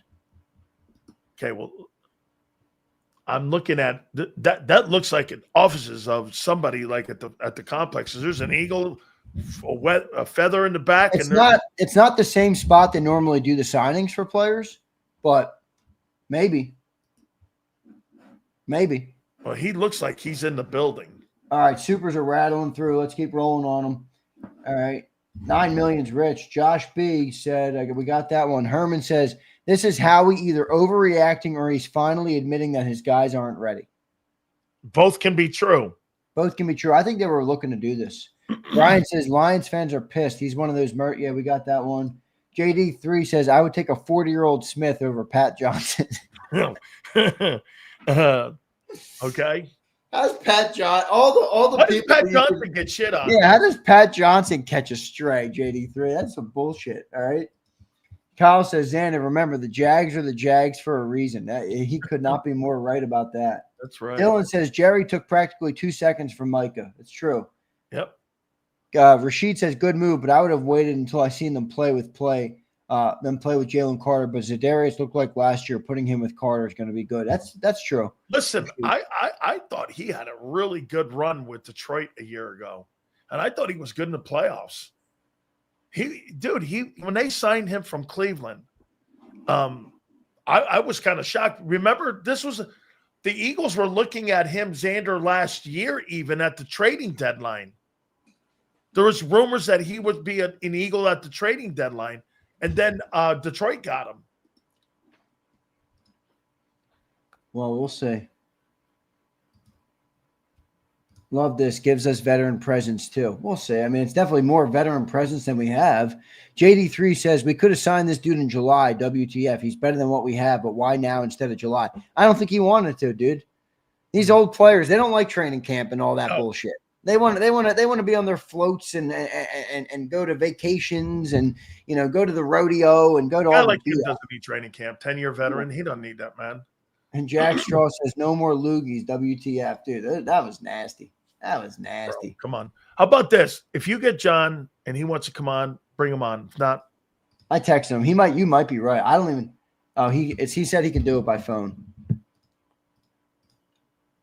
Dylan Bryan says Dak was full of shit. As for the offense, I don't think they wanted to show everything last night. As we play Kansas City next week, they figure with JC we would have stopped them and shouldn't have been that close. I don't know about that, Dylan. Your favorite underrated poet says, I like how Bennett was playing bump and run style on a couple snaps. That style hasn't been played since Namdi and Rogers Cromartie. That's actually a little true, but he's going to have to be a little careful with it because they're going to call him with it. They're going to call him. You want to put John on now? Yeah, let me send him the link. Yeah, put him on for a couple of minutes here. I assume you don't want me on too. You want to you can ask him. I don't know. All right, I'll stay on with you. I'll stick on. Let's see when John joins in. We'll get his take on the Zadarius Smith sign. I don't know how much this changes. I mean, I'm optimistic he can play well or he can do something for the team, but I don't want to fall into the trap of who's again. It was flexible. I want to hear John's perspective on what he thinks of him. Yeah, he probably knows because I think he's been doing some. He covered the NFC North for a while. Yeah. And James M says Davis has a monster night if Carter was in there. I thought Davis looked all right last night. He did. Yeah. I went back and watched it. He was all right. He was probably their best D lineman last night. Yeah. I thought Ojomo didn't do much. No. I didn't really Well, he was playing a little out of position. Yeah, I didn't really think anybody. Well, remember they didn't have a chance to game plan for no Carter either. You know what I mean? Like it's one thing to know he's not going to play, and you can kind of prep your defensive line to manage it. Yeah, they're like taking the field, and their best defensive lineman gets kicked out. I mean, that was a tough switch for Vic Fangio in the moment to try and handle. He might be going over to. Hey, by the way, that kid Young played well. Byron Young. I thought he made an impact play in the game. Vic likes him. I thought he made an impact. Clint likes him. He made an impact play in the game. And can you imagine telling him, hey, look, all of a sudden that guy gets ejected, and then you have to go up to him and go, hey, look, dude, you got to go out there and you got to play some snaps, not just like 2-3 snaps. You got to go out there and play. And I thought he played pretty well for a guy that was on call here. Harold says Lions need pass rush. They still didn't want him. That says a lot. No, that doesn't mean that. That means the player might be also looking for another opportunity. Okay, and remember something. The Lions may have wanted to go in a different direction, didn't want to pay the $9 million. That Gabe says, doesn't always mean that. yeah, I agree. Gabe says, what do you think is a Zadarius Smith signing? I think it's about a 3 on a scale of 1 to 5. I think he can play. I think he brings veteran leadership. He's got a great resume. He's got a good motor. Hopefully he has something left in the tank. You see, I'll tell you what, they really love Calais Campbell out in Arizona. Now, if you can get that kind of production out of this guy, let me say this to you. If this guy gives you 5 sacks and he's doing this in a rotation, that's a hell of a piece. I don't think he's depth, Gabe. I think he's your starter. I think they want Jalen Hunt being the rotation guy. Yeah, well, that was always what we wanted. Remember, me and John have been saying that all summer. We want him to be the 3, not the 2. Yeah, I think. Here we go. We got John now. Let's bring him up and see what Johnny Mac thinks. Eagles signs Zadarius Smith to a 1-year deal. We'll see how it plays out. Johnny Mac, welcome into the National Football Show, brother. Eagles signs Zadarius Smith. What do you think, J-Mac? Yeah, it didn't take long to figure out they needed help on the edge. They were going to wait in September and look at things in September. They didn't wait long in September after last night. So obviously, proven guy, 3-time Pro Bowl selection, former second-team All-Pro, 69 sacks, 3 double-digit sack seasons. I mean, this guy walks into the Novacare complex as the most accomplished pass rusher on this team. You always got to be concerned with the age. He's had some injury issues. They acquired Robert Quinn a year off a 19-sack season. He had nothing left. So you never know when these guys fall off the cliff. But what you do know is that they just weren't good enough on the edge. And going into a season with Nolan Smith and Jalen Hunt, yeah, they both have upside, but you can't do that as a Super Bowl contender. I've said this from the start. I mean, that's the one position where you go, all right, I get it. You're trying to reset. You're trying to have a maintenance off season. You're trying to prepare to pay some big money players down the line, but you got to do more than what they did. And the worst sign to me was that Azeez Ojulari and Obo were both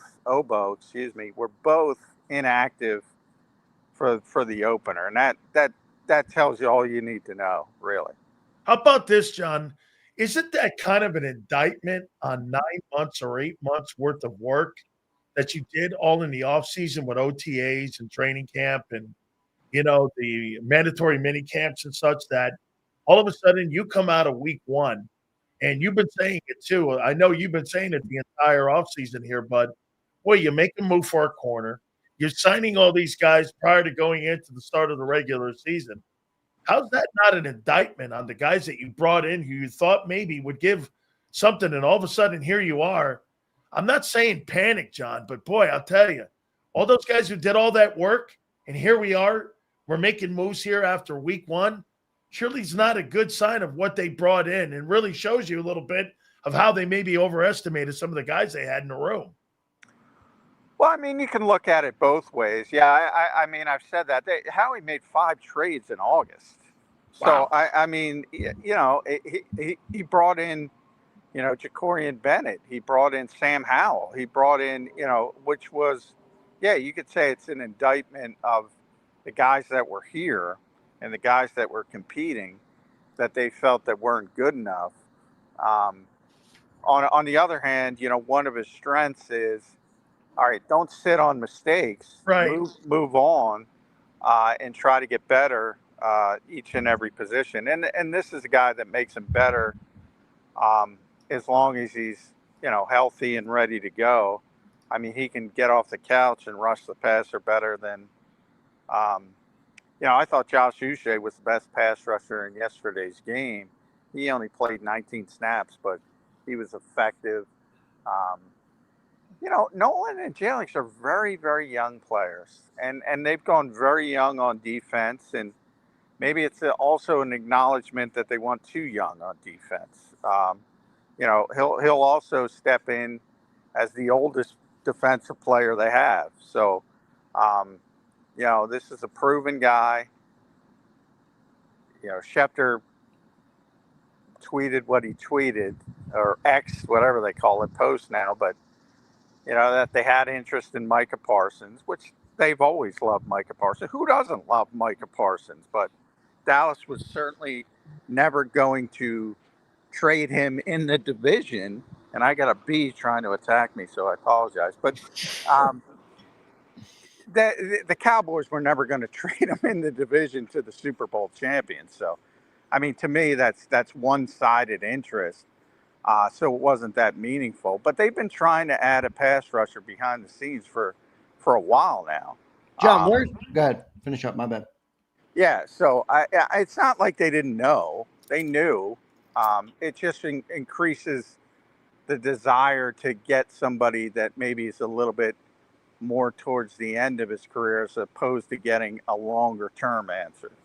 John, where do you think he projects in this lineup? Do you think he's a starter over Jalix Hunt? Do you think he's the 3, the 4? Where do you have him in this lineup? Well, I think once he gets into it, yeah, he'll be the starter as long as he's healthy and he's got a semblance of what he has in his career. I mean, yeah, he's going to be, I would say by the second half of the season, if everything works out the plan, he's going to be the starter opposite Nolan Smith. And then Jalix will be the number 3, which is probably the role he should be in this year. And then you're pretty good with Uche as your 4. So if this hits, this makes them, I would say, a much better team, to be honest. Is Ojulari the odd man out here? Yeah, I mean, inactive tells you all you need to know in week 1. And, it could be Obo. They could keep him around. They owe him more money, so they might want to do it from that perspective. But, yeah, I don't think he's going to be relevant in the rotation this year. And he really had a poor summer. So, and look, I thought there was a chance he would be released at the cut down to 53 if they could have done something and gotten something done quicker outside the organization. Hey, John, what do you make of being reported that it's $9 million? I mean, this ain't one of those. Well, that tells you he's going to be a starter. I haven't seen the numbers, the money yet. But yeah, Zadarius, for those who don't know, this is a big-time pass rusher. Has been a big-time pass rusher in this league. And if they're paying him $9 million, well, there's your answer. I don't know. There's your answer. Hey, John, he had 9 sacks last year, and he had more hits on the quarterback and pressures than even Josh Sweat a year ago. Yeah, this is big. Like I said, this is a big-time player. He was a second-team All-Pro at one point, made a bunch of Pro Bowls, has a bunch of 10-sack seasons. He used to terrorize quarterbacks in Green Bay. When he was in Green Bay, he had with Preston Smith, the Smith brothers. They used to terrorize. They went to Minnesota for a year. He was great there. So you know how it is when you turn 30 in this league. They're always looking for the next thing. But this is the kind of guy who keeps. When he plays, he gets home. And the Eagles didn't have that. They had a decent amount of pressures. But I always say when it comes to pass rushers, closing is a trait. Guys who actually get home and sack the quarterback. You saw Jordan Davis had the opportunity to sack the quarterback. He didn't do it. Zadarius Smith is a guy who finishes. John, how much was this premeditated as opposed to responding to what they saw last night? We've been talking about the potential of them adding an edge rusher. Is this the guy you think that they've been eyeing in? And is there a reason they waited till the day after the first game, maybe like a contract reason or a vet minimum or any of those things? What do you see from that perspective? Well, you don't have to guarantee, but Zadarius says I have to look. I assume if they're paying him out, I don't know where you guys saw the numbers. Jordan Schultz, John, put out up to $9 million. Jordan up to $9 million, yeah. Up to 9, yes. Not guaranteed it will be 9, yes. Yeah. So if you're on the week 1 roster as a vested veteran, which obviously Zadarius is, you're you're fully You're guaranteed your guaranteed, salary. right? So they don't have to fully guarantee it. I assume there's incentives in there for playing time and sacks, but yeah. So, but I can't really speak intelligently on that until I see the contract. But when you hear $9 million, potentially up to $9 million, well, that's pretty significant. Now I've been reporting on Birds 365. They've been trying to get an edge rusher. Right. They would have preferred to get a younger, more long-term piece. This is a 1-year piece. So you're trying to hit the home run, and you settle for the double ultimately. But I don't think it had to do with week 1. They've been looking for this upgrade for a long time. Yeah, as you've talked about for a while. Go ahead, Sills. Hey, John, for me finally here, have you heard anything on Landon yet? Has anybody given you any update or anything on how he's looking, his back and all? Because, they've got like a mini bye here a little bit, but have you heard anything on – because me coming away from that game last night, the only concern I would have really, because as we talked about it last night, September's the liars month in the NFL, so you really – what you saw last night, you may not see again in 3 months. I mean, it's completely different. But that Landon Dickerson thing, me walking away with that game last night, that was probably the most significant thing for me. Have you heard anything on it? No, they have a mini bye, so sort of. Nick didn't even talk today. He's not talking today. He's not going to talk till Monday because of the mini bye coming off the Thursday night game. So. Yeah, just that we know it's the back, it's not the knee, but the back might be because of the knee. Right. So there's a lot of things going, and clearly he's not healthy, and clearly he's trying to play through it. Hopefully those few extra days calm it down. I can just tell you, watching him on the sidelines, he never went into the injury tent. He was talking to trainers. He walked off with Dom by himself, with no trainers. So I don't think it's terribly, terribly serious just from that perspective. But you never know with backs. You never know. And, if you think about last year with Mackay and his knee, there were a bunch of games he had to leave because he's got a degenerative knee thing. So that might be the case where Landon starts and can't finish. And it's not the best case scenario, but I don't think it's terribly serious. John, last question here. Thanks for joining in on a brief notice. John, you know it. The Eagles never sleep, my friend. And because of that, we never sleep. But, John, this is the move, right? You don't anticipate – this rules out any potential for another edge rusher, a different edge rusher, a splashier move. This is the move and probably won't make a move for the foreseeable future now. Is that your view on this? This is the move. And, again, I bring up Robert Quinn because you never know with guys this age when they do lose it. But from everything I saw from Zadarius last season, he's still got some juice. This will be it. But if they get him in and by the trade deadline he's playing like Robert Quinn, they might go in a different direction. But I don't expect that to happen. I expect this to be the move, and he'll make them a better team. He will make them a better team. Absolutely. And I do expect him to start pretty quickly. Yeah, we'll see. Johnny Mac, thanks for joining in, brother. John. Appreciate it. All right, thanks, guys. All right, there's Johnny Mac joining us. I think like I said, I think he's going to start. Okay, I do. I think he's going to start. I mean, John has some optimism. The money tells you, man. John thinks he's going to be a good addition. Yeah, he's not. Look, he's better than anybody they have in the room right now. Now, what we saw a year ago. Now, okay, I'm basing it off of that, Xander. I don't know. Again, like when you start getting north of 32 years of age, you start got to kind of like, that's where are John's we? Point. Remember, we got Robert Quinn. He had 19 sacks the year before. Gave up a 3 for him, too, if you remember right. A 4. A 4? You gave up a 4 for him? All right. You can't get past me, Big Sills. Oh, okay. It was a 4. All right. I'll tell you what. You know who got past you last night?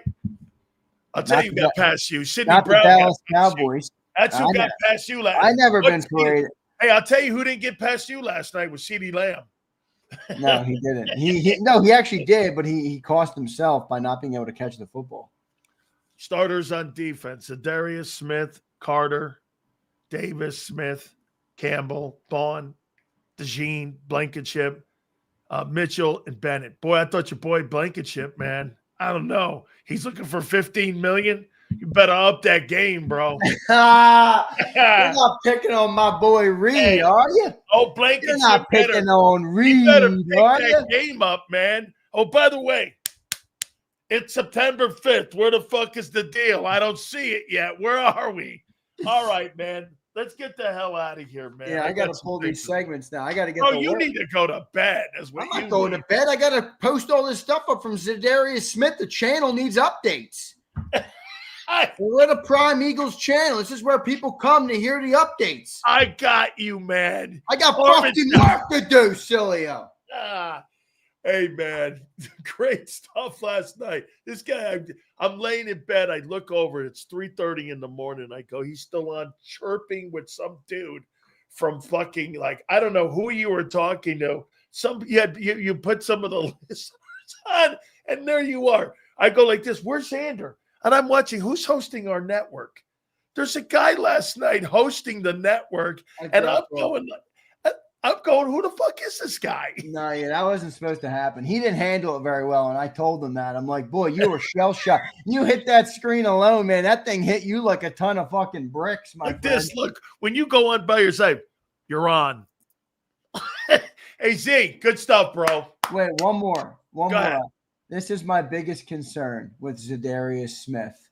All right, let me find it so I can put it on the screen and I can address it properly. Where is this thing? Where is this thing? This motherfucker changed his profile picture, so now I can't find his damn comments. Where is this thing? Big Z. Where is it? I got it. 1 second. I'll get it. My biggest concern with Zadarius Smith, can't find this motherfucker, is, I can't find it, but I'll say it anyway, is that Brian Pumper likes the move because this dude is shooting 0% from the field right now. What makes me think he's going to get something right? Yeah. He and Keely in Sydney, man, it ain't going well for you, brother. It ain't going well for you. Brian Pumper likes it. I got questions. No doubt. Pumper. All right, no so good stuff. All right, brother. I will catch you over the weekend, my friend. Thank you so much. Later, Sills. Appreciate you, man. Love all you guys. Thanks for all the support. Go check the channel if you need updates on Zadarius Smith. You got it. That is our friend, Big Z. Philly Godfather is going to join us in a couple minutes. Let me pay some bills here, man. The number one injury law firm in all of America and all of the world is Morgan & Morgan. With over $30 billion recovered, folks, what makes them number one is that they win. Families across the country that hire Morgan & Morgan get results. Ask them. This company was formed for one thing. John's brother was permanently paralyzed. His family started this business for a reason, okay? And that was to make sure that families were not taken advantage of. Go to forthepeople.com/big sales or pound law 529. That's forthepeople.com/big sales or pound law 529. And do me a favor. You tell them Big Sales sent you. This is Eric. When he got injured in a car accident, he called Morgan & Morgan. He not only gets a lawyer, he gets trial lawyers like Sam and Jessica who are in it to win it. He gets his own investigators with briefcases, leather ones. And if you ever have questions, our customer service folks keep things rolling. Injured? We're your army. Morgan & Morgan, America's largest injury law firm.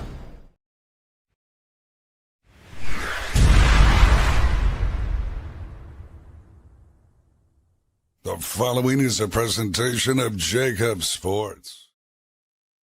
If you're a small business owner or you work for a company that loves the birds, you need to react fast before we've used up our entire ticket allocation. And here's why. In celebration of JAKIB Media's new partnership with Savvy Seats, JAKIB Media will give you a pair of VIP tickets for any game on the 2025 schedule, home or away. And we'll give your company or your boss a 20-week media sponsorship package across the #1 digital network for Eagles coverage, JAKIB Sports. And that includes all of our game day coverage. Cost for your business or company? About $50 a week. Let's recap everything. 20-week sponsorship package on JAKIB Sports, including commercial spots, live reads, and liners. Inclusion in all of our game day coverage, including the soon-to-be-announced Green Zone, and a pair of tickets to the home opener or any game on the 2025 regular season schedule. Remember, that's home or away. If you're in Kansas City and you want to go to the game against the Chiefs, no problem. If you live in Florida and you want to go to the game in Tampa Bay at the end of September, no problem. Text Krause at 267-261-3428.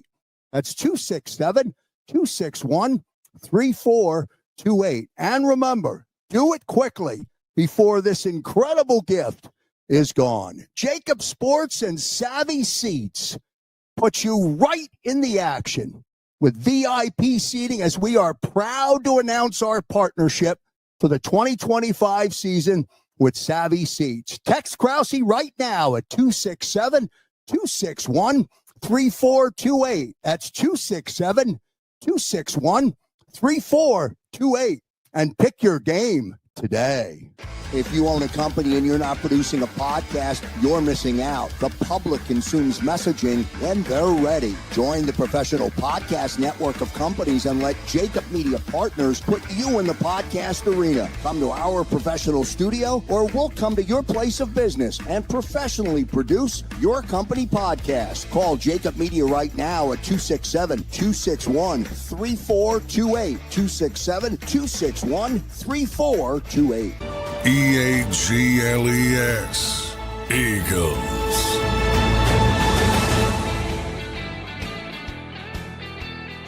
Eagles get a win. Most important storyline from last night. They got to win. September is the month of liars, as I said. By the way, Philly Godfather will join us, and we will talk to him about the upcoming games tonight, this weekend, college and pro. That's there for you as well. You got to win. Nick spoke to the media too, by the way, last night. Some of the things I took away from it. He addressed the Jaylen Carter stuff. And I know some of you want to give excuses to the kid. And he said, we'll take care of it in-house. Okay. Well, I got to tell you, for me, for a guy that talks about culture all the time, and a guy who preaches that stuff, and a guy who gives you coach speech, we'll find out. Because obviously the message is not resonating. You know, Nick sometimes talks a good game. Either the kid's going to get it or he's not. Where are we here? This is a constant thing that happens every year now, it seems, with Jaylen Carter. There's some issue with his character. So he's either going to get it or he's not. Maybe a guy like Zadarius Smith, an older player, maybe bring some leadership into the locker room, and especially on the defensive side of the football. Maybe that's also another reason why they signed him. The guy reportedly has good character. He's a good dude. People like him as a teammate. That could be a factor also. How much does he have left? He had 9 sacks, but again, I saw a guy with 15 sacks come in here, and he was a complete turd, and Xander's right, and Robert Quinn, that move turned out to be horrible. So, I mean, Nick's got to look at his room right now, and he's got to look at his process and go, is Jaylen Carter going to get it? I can't believe the people that make excuses for poor character. Okay? Don't make excuses. Hey, listen, I'm not out on the kid. I am a gigantic Jaylen Carter fan, and I will remain a Jaylen Carter fan. I'm not out in any way. Listen, I'm with you guys. I want to try to get to yes. I want the player to succeed. I'm not trying to rip the player down. But come on, man. Help yourself. Help yourself in this process. Dude, being a pro is not just about playing on Sundays. I mean, just go play. And Nick said they're going to address it. All right. I think probably Big Dom's going to address it more. I said this here. Ruiz. I said he's going to start. He is better than any edge rusher you have right now. He is better than Nolan Smith. He's a better football player than Nolan Smith. That's based off of 24, though. Okay? That's based off of what I saw last year. He was good in Cleveland and he was good in Detroit. And he's been a good football player for his 10-year career. All right? He's better than Nolan Smith. Is he a better pass rusher? Here, somebody do me a favor. Tell me how many sacks Brandon Graham had in his career. This guy's got 70 sacks in 10 years. He's averaging 7 sacks a year in his career. Right? 10 years, 70 sacks. That's not bad for a defensive end. And stop it, really. What in the fuck has Nolan Smith proven that this guy who's a 3-time Pro Bowler and a guy who had more sacks than even he did a year ago, what has Nolan Smith proven that he's not a better player than him? Plus, they gave him $9 million. This guy's a jerk when he says shit like that. Nolan Smith is not better than him. Graham's got 76.5 sacks in 14 years. This guy's got 70 sacks in 10. He's a better pass rusher than Brandon Graham was. Zadarius Smith has had a better pass rushing career than Brandon Graham. 10 years, 14. I mean, the guy took him 14 years to get 76.5. This guy's got 10.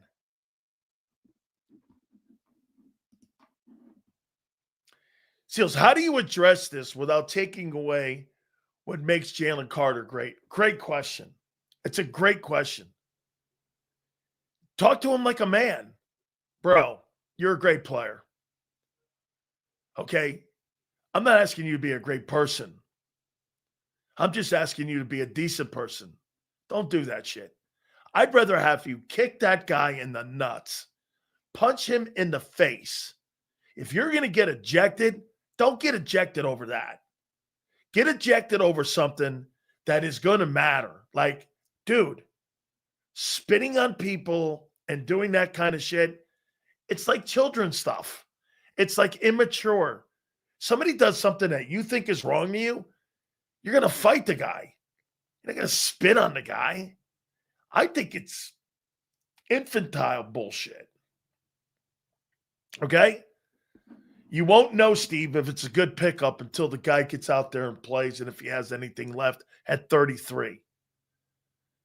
Steve goes, great pickup. Okay, we'll see. Again, based off of 24, I think it's a very good pickup. But you have to wait and see until he gets out there and plays. Shit, Steve. You're telling me Keely Ringo all offseason is great. Your break, guy. So our backups are Joshua Uche and Aziz Nut. No, I think one of those guys is gone. And I don't think that Uche's gone. I think Uche had a decent pass rush game last night. Okay? Get this. Here. Someone spits at Sills, he turns the other cheek. Better man than me. Someone spits at me, I'm going to punch you in the fucking mouth. I'm not spitting at you. Vic likes Uche. Okay? He likes Joshua Uche. All right. So that's the big news. Man, I wonder after last night if the odds of the Eagles went down. or up. Okay? Or up. Now, we're here to help you listen, we got giveaways here on this, and we also have a chance for you to earn some dough. You know how that is? With this man right here, the Philly Godfather, baby. We haven't had him on in a bit here, and it is football season, and days like this were made for him. Without further ado, our boy, the Philly Godfather, making his appearance for football season each and every single Friday. Here he is right now, our good friend, the legendary Philly Godfather. How you doing, bro? Doing all right, man. Last night I had the Cowboys plus 8.5, and good thing I didn't come on your show, or else they would have jumped all over me, all the Eagles fans. But we're here to make money. We're not here to bet with our hearts, and it's going to be another legendary football season. Were you surprised how well the Cowboys played last night? No, not really. The Eagles lost, 9 defensive veterans. They're hard to replace. They accounted for about 46% of the sack rate, 25% of the tackle rate. You lose CJ, who had 6 out of the 13 interceptions last season. You got a young defense. As the season progresses, they'll probably get better and better. But I knew they were going to start off slow. And as great as Vic Fangio is, and he did an amazing job last season, it's hard. You got a bunch of new faces there. So the Cowboys offensively, they're still stacked. I know their defense is atrocious, and it got even worse without Micah Parsons. But on offense, I mean, you got Pickens, you got CeeDee Lamb, you got the running back who's healthy. And you still got Dak, who's, he's all right. So, yeah, I expected some points. Just weird the way it ended last night. How about this with all the moves that the Eagles have made? Has anything changed in their lines on them being a favorite to win the Super Bowl this year or get back to the game? No, it's still the Ravens. It's still the Bills, odds-on favorite. And then it's the Birds and the Chiefs. How about the Packers? Have they risen since they added Parsons? Yeah, a little bit. They're up to 12-1. But, come playoff time, he's big, of course. And that's what the Packers defense really needed, was someone like that in there, because last year they had some issues getting after the quarterback. But again, Jordan Love, everyone talks highly of him, but last year he was the 20th ranked quarterback in the entire league. So he's really got to step it up, or else, even with Micah Parsons, they got no shot. Absolutely, man. I completely agree. I think it's going to be a great schedule of games, especially in the opener here. And there's some intriguing ball games. I mean, but first and foremost, what'd you make of last night's game with the Eagles? I mean, there's Jalen Hurts once again finding a way to win the ball game. I mean, I thought he played really efficient football last night. I was shocked that A.J. Brown didn't get but one target. I mean, and then if you want to go the other way, Devontae Smith only had 3. They had 4 targets, and they still figured out a way to win. I mean, that was pretty damn impressive last night. They got the secret formula. After, week 4 of last year, they started running the ball, pounding the ball. Saquon got a touchdown. Jalen Hurts has 2. And that's the way you win football games in the NFL. And teams are starting to revert back and really appreciate the run game, because when you run the ball, you control the clock, you limit turnovers, and turnovers are the biggest factor on who wins the game and covers the spread each and every week. Let's get into these games, man. I'm looking forward to hearing what you're thinking tonight. From Brazil, Kansas City, and the Los Angeles Chargers tonight. What do you got there in this ball game? The line opened up. Chiefs for 2.5. It's up to 3. If you can find some 3.5. I like the Chargers in this game. Yeah, I like them too, man. I like them plus 3.5. Most of the public action is going to be on the Chiefs. Right around 60% of it is on Kansas City as of right now. It's probably just going to grow and grow by kickoff. The total opened up 44. It's actually up to 47.5. So there's some sharp money that's expecting some points in this one. The Chiefs are supposed to be the better team this season. Bookmakers have their expected regular season win total 2 games higher than the Chargers at 11.5. So they're supposed to be the better team, but I'm not sure, man. I like this Chargers team. They're a little banged up, but still, I mean, if you get a field goal on this team or better, plus 3 or better, I think it's the right side. Last year they played at Arrowhead, and it took like a crazy field goal bounce for the Chiefs to beat them 19-17. And I like the Chargers. I like their coach. I like their run game. Love their quarterback. Now, Mahomes is Mahomes, but I think Chargers plus 3 is the right side. I'm with you on this here. How about Jags at home? I mean, you're going to get Travis Hunter. He's going to be playing both ways. I'm going to be intrigued a little bit about watching that they've got some specialized offensive packages for him. He's going to line up also on the other side. I mean, you're talking about nearly 1,300 snaps this year. If this guy plays the way that the Jags have, I think the Panthers are probably going to be improved. 46.5, I believe, is the over-under, and 3.5 the Jags are favored. Who do you like in this thing? Yeah, it's a tough game to handicap because I really have no clue. I mean, how good this Panthers team or how bad they are. They went 5-12 last year. Odds makers set their regular season win total at 6.5, so they're expecting a little bit of a better season. But you never know. I mean, their defense was atrocious last year. I mean, the Panthers allowed opposing teams to convert 50% of the third downs last season. If that happens this year, they're in trouble all over again. Only bright spot last year was down the stretch. They looked pretty good after week 9. They won 4 of the last 9 games, and they played some close games against the Chiefs, the Eagles, and Buccaneers. They could have won all 3 of those games, so they looked better down the stretch when they were healthier. At the current price of 3.5, I'm not looking to lay the favorite. I went through that key number of 3. I like the Jags to win the game, but to be honest, I think the Panthers can cover the 3.5-point spread. I'm with you, man. I think the Panthers are going to be one of those improved football teams this year. Bengals and Browns in Cleveland. You know, the Bengals have gotten out to notorious starts. 47.5 is the over-under in this thing. 5.5, I believe, if you have it here, that the Bengals are favored in this ball game. So, you know, they played a lot during the exhibition season because they didn't want to get out to slow starts. I mean, I got to tell you, too, that I believe that the Browns have some talent on defense. They've got, obviously, Myles Garrett. They've got some pretty good ball players, but there he is, the old clunker, Joe Flacco, quarterback, and I don't know what he brings to the table, but I wouldn't be surprised. It's a divisional game if that puppy's close. I don't know, man. The line's 5 or 5.5, like you said. I mean, from a market perspective, Cleveland is 300 to 1 to win the Super Bowl this year. Wow. That's their longest odds to win it all since I think they moved to a 16-game schedule back in 1978. So the bookmakers aren't expecting much. I mean, you got Joe Flacco, who's driving around in a carburetor while all these new quarterbacks got superchargers and fuel injectors and electric engines. And you got a guy out there who's 50 years old. I don't know how long he's going to last. Browns and Saints, probably the 2 worst teams in the NFL this season. And the way last season played out for the Bengals, and they were in so many close games, I think they're going to come out on fire. I think Cincinnati's a right side -5. I actually think they can win the game by double digits.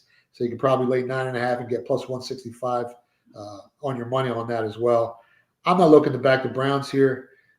Cincinnati plus 5 is probably the right side. How about this? I am picking – you're probably going to think I'm nuts here. I got the Patriots being one of the surprise teams in the AFC this year. They're 2.5 favorites over the Raiders here.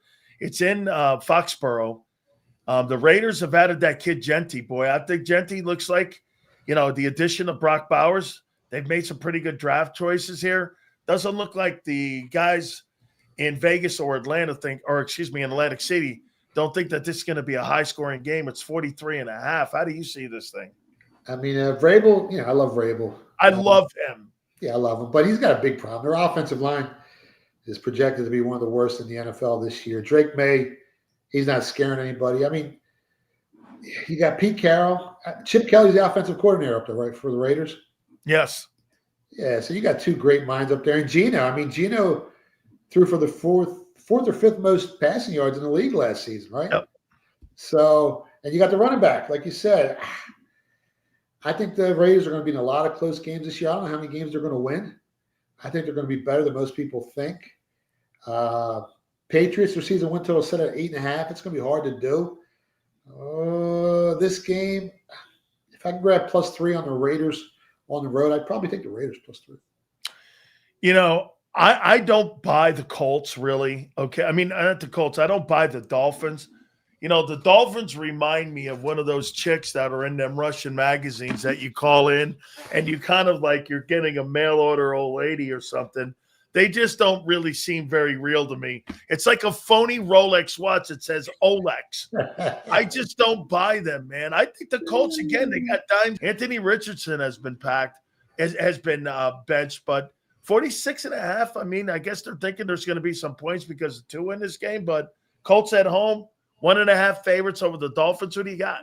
Yeah, my buddy Petey Parmesan used to have not Giorgio Armani shirts, but Julio Armani, and he used to sell them on the street.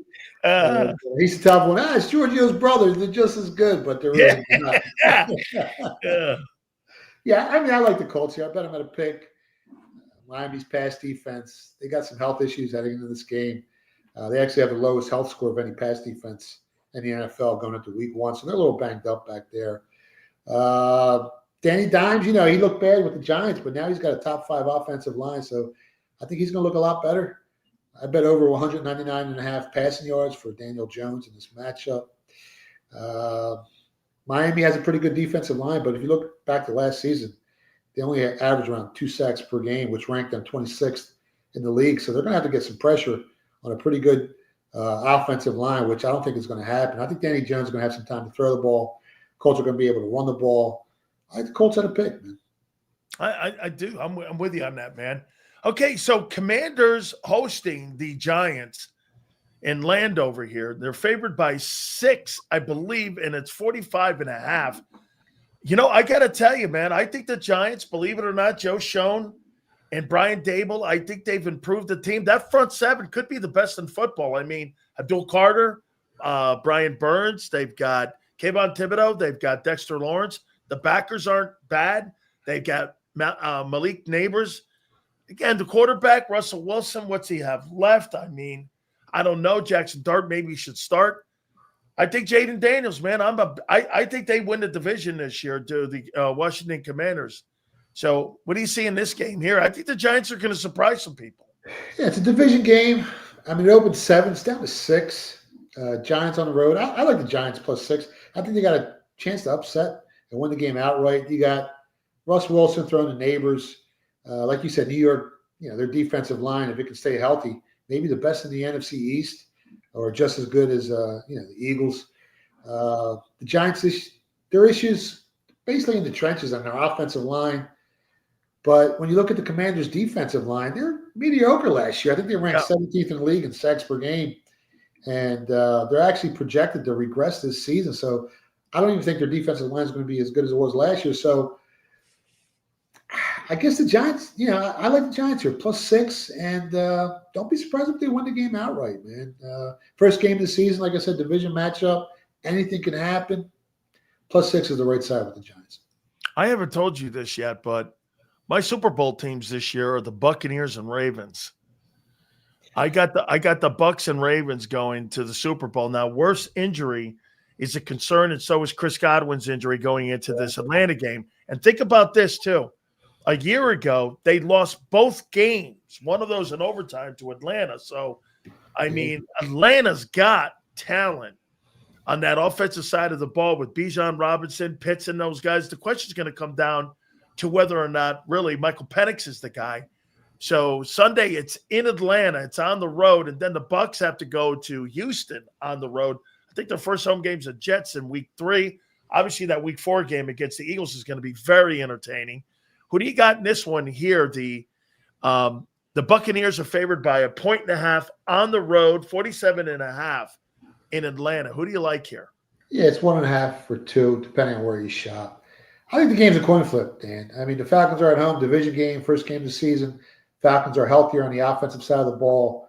I mean, if you look at Atlanta last year, they lost 3 games by 5 points or less, and I think they lost 2 games in overtime. If you remember, they beat Philly in week 2. They beat the Buccaneers in week 5 and 8, and then they dropped like 4 games in a row that really killed their playoff chances. And they lost 2 games at the end of the season in overtime. So they were a pretty good team, and I like the way Michael Penix looked, towards the end of the season. I think he's going to be pretty good this year. I like the Falcons here plus 2, but you're probably better off using them in a teaser. Maybe you can grab plus 8 in a teaser and a 6-point teaser and time in with like the Broncos, the Bills, or maybe Cincinnati. 49ers and Seahawks is a kind of a hidden game on this opening week. Yeah. I mean, it depends I think what, Sam Darnold gives them. Last year, he won 14 ball games in Minnesota and threw for over 4,400 yards. I mean, the kid was insane last year.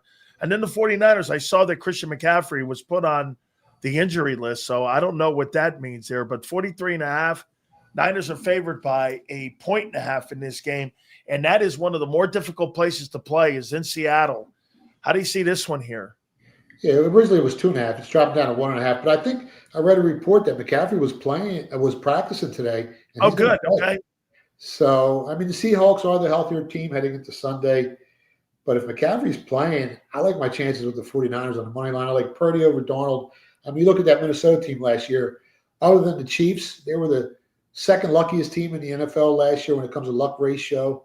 So they were extremely lucky. And they got a good defense, but that team was really lucky in a lot of close games.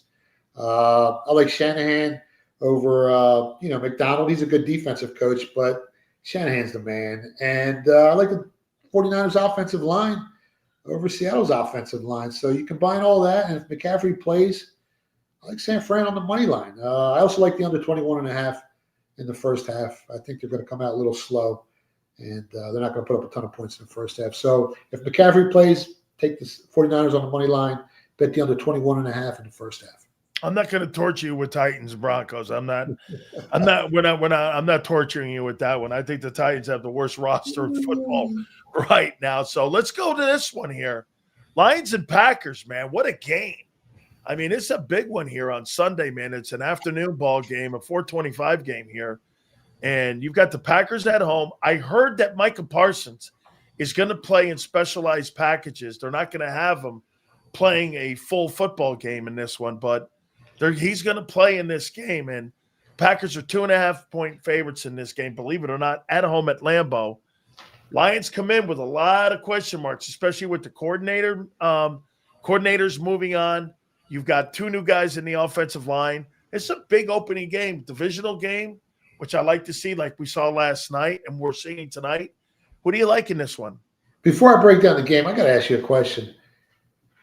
Like Micah Parsons goes to Green Bay, but because of the tax codes and because of his agent's cut, he might make less money in Green Bay than he was making in the Cowboys. Like, what are these agents doing? Playing for the Cowboys. I don't get it. Like, was it just he wasn't getting along with Jerry Jones, or I mean? Hey, listen, Michael Irvin was on yesterday with us, and Michael Irvin texted me after, and he goes, Parsons didn't want to leave. I don't think he's very happy with David Mulgety because he supposedly, hours before the trade went down, Micah Parsons called Jerry and wanted to try to work a deal out. Jerry had already sent the deal in to Green Bay. Green Bay had already agreed they have to still get it passed through the Players Association on Park Avenue. I think David Mulgety, I think he screwed this whole thing up because, get this, he's not going to retire in Green Bay. He's got a home and his kids are going to stay in Dallas. And like you said, Wisconsin is one of those pinko states where you got state income taxes now. Yeah. You're going to make 47, which means, like you said, 3% to 5% goes to the agent, and then the taxes that you have in that state. I mean, they offered you $41 million, 47 plus if you're talking with the agent and with the state income tax, you're talking $42 million. Yeah. Really? You left Dallas for $1 million to $500,000? It just doesn't make sense to me. Yeah, so something didn't make sense. Anyway, going back to the game, I didn't mean to bother you with that. Packers at home, it's hard not to like them. I mean, like you said, Detroit, they lost their offensive coordinator, defensive coordinator.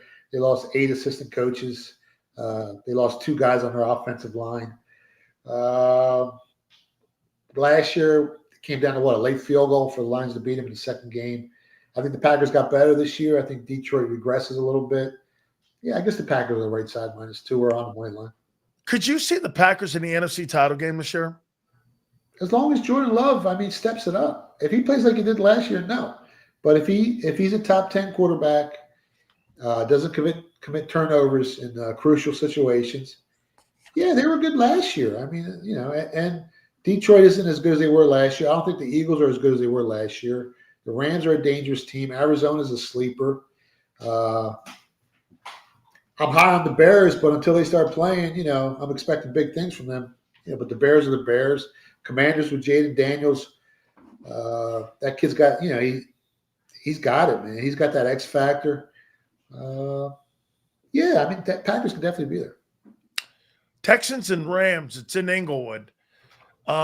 I believe the Rams I saw were 3-point favorites in this. Not a lot of points here, 43.5.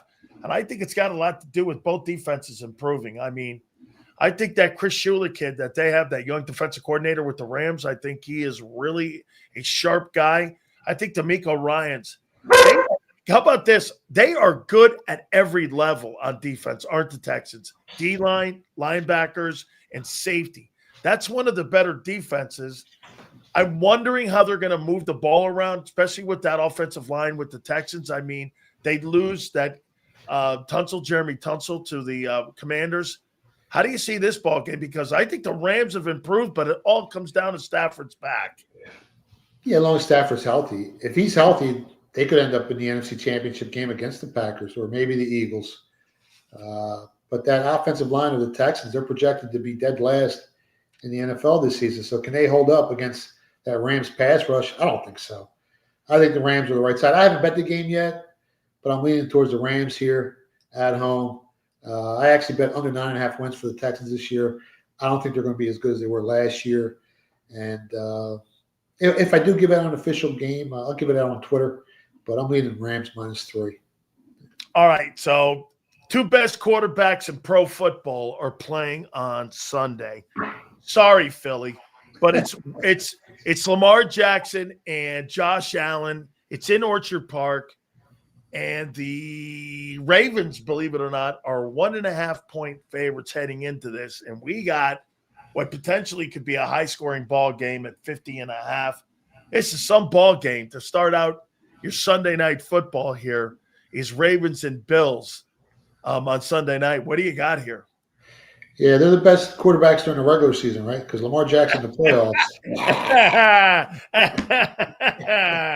Hey, you know what? Wait a minute. They blamed it on Mark Andrews. Yeah. Him dropping the passes. That's what I'm going with. But what about the 2 turnovers? Lamar fumbled and he threw an interception. And we talk about win.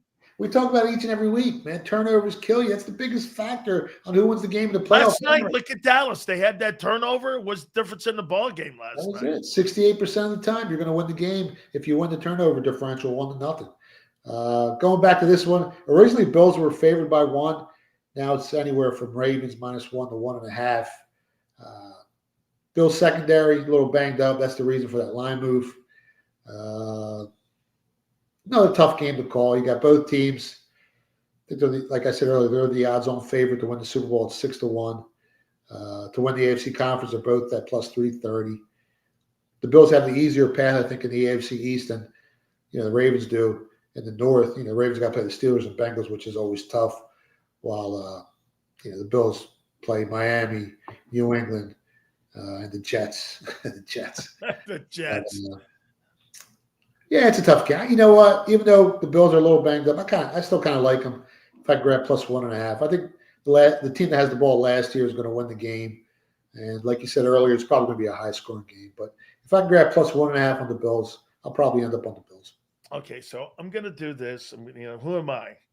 Well, I'm painting my fingernails, and that means I'm Caleb Williams. And I mean, for a city like Chicago, any dude that paints his fingernails, man, that's a funny tall ask if you're telling me that I got to root for a guy like that. However, I think Ben Johnson and him, man, I think they're going to do something this year. And they've made a ton of moves.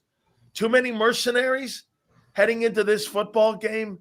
Are the Bears for real? In Minnesota, I think they've got a Super Bowl roster, but then they got that dude, J.J. McCarthy. This guy threw for 300 attempts in Michigan. They played Penn State one year, and in the second half, they never threw a pass. I don't know. I mean, help me out on this one here. Minnesota's got a good roster, but I don't know who they are.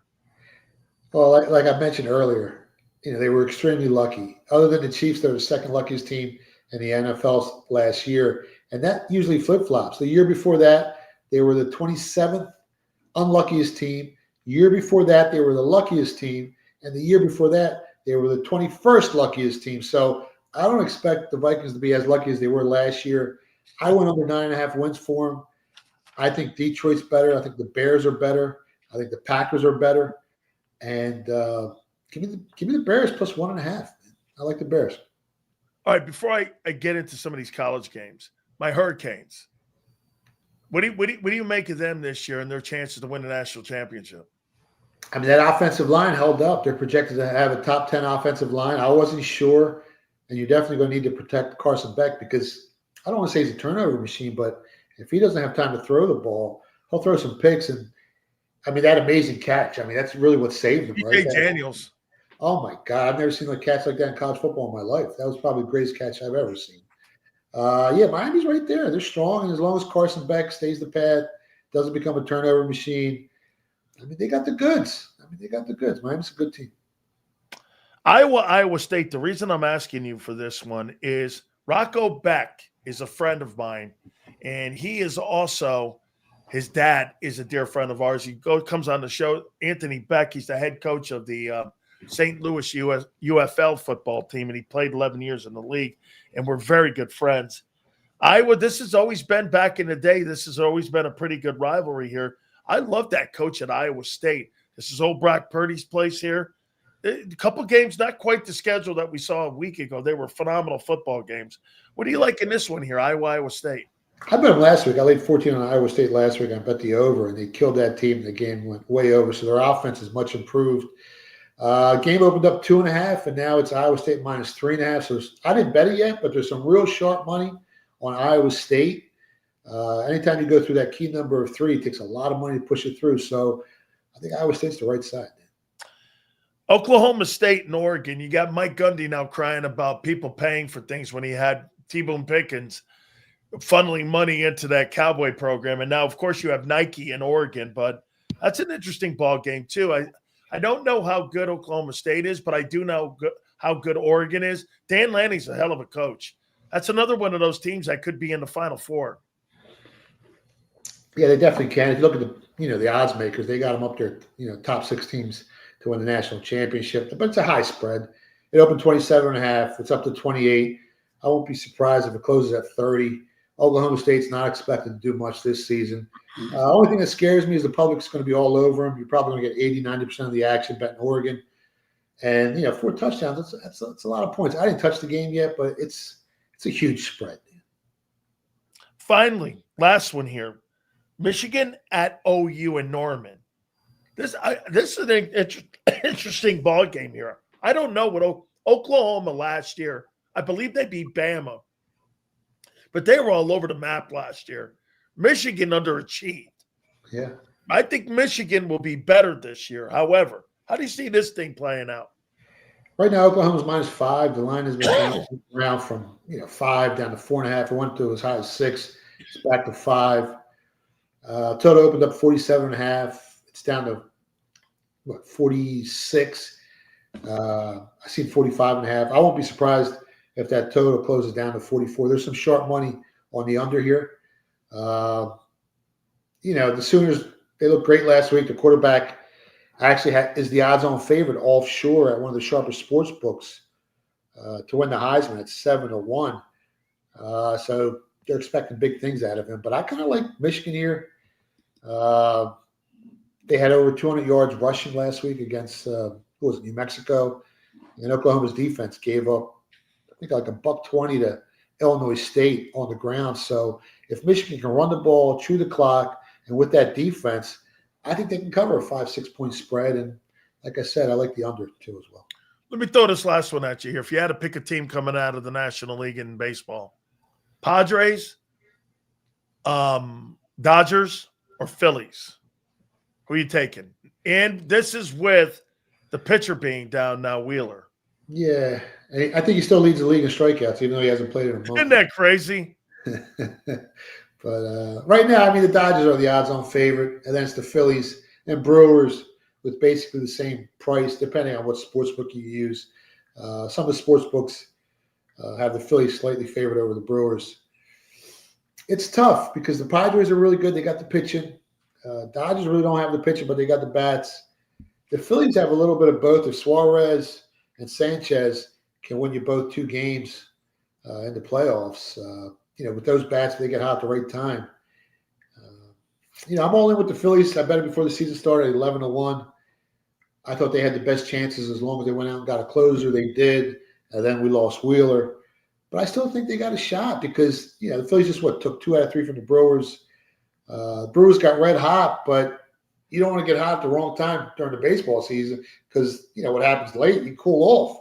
And that's, I'm kind of scared. The Cubs scare me a little bit more than anybody. But I guess the Padres with the pitching, they're the most dangerous. And then the Phillies, and then the Dodgers and the Brewers. Bro, have yourself a great weekend. Make sure you guys check him out on social media. He's always posting stuff. We so appreciate it. The book, make sure you guys still get the book. I see him doing book tours. My friend, we will catch you next week. Good luck, guys. You bet. That is our friend, the legendary Philly Godfather. All right, let's pay some bills here. Our good friends at Morgan & Morgan, the #1 injury law firm in the world for a reason. Why? They win. Simple as that.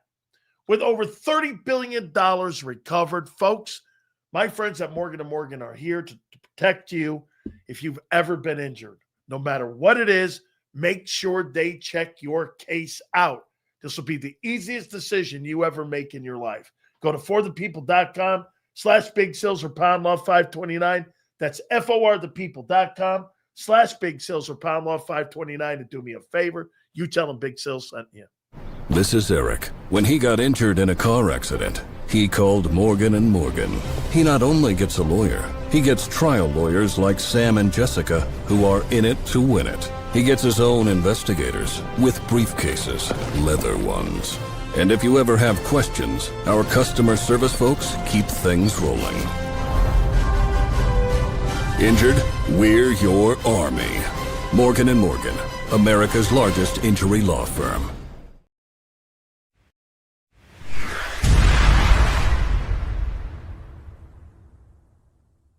The following is a presentation of JAKIB Sports. If you're a small business owner or you work for a company that loves the birds, you need to react fast before we've used up our entire ticket allocation. And here's why. In celebration of JAKIB Media's new partnership with Savvy Seats, JAKIB Media will give you a pair of VIP tickets for any game on the 2025 schedule, home or away. And we'll give your company or your boss a 20-week media sponsorship package across the #1 digital network for Eagles coverage, JAKIB Sports. And that includes all of our game day coverage. Cost for your business or company? About $50 a week. Let's recap everything. 20-week sponsorship package on JAKIB Sports, including commercial spots, live reads, and liners. Inclusion in all of our game day coverage, including the soon-to-be-announced Green Zone, and a pair of tickets to the home opener or any game on the 2025 regular season schedule. Remember, that's home or away. If you're in Kansas City and you want to go to the game against the Chiefs, no problem. If you live in Florida and you want to go to the game in Tampa Bay at the end of September, no problem. Text Krause at 267-261-3428.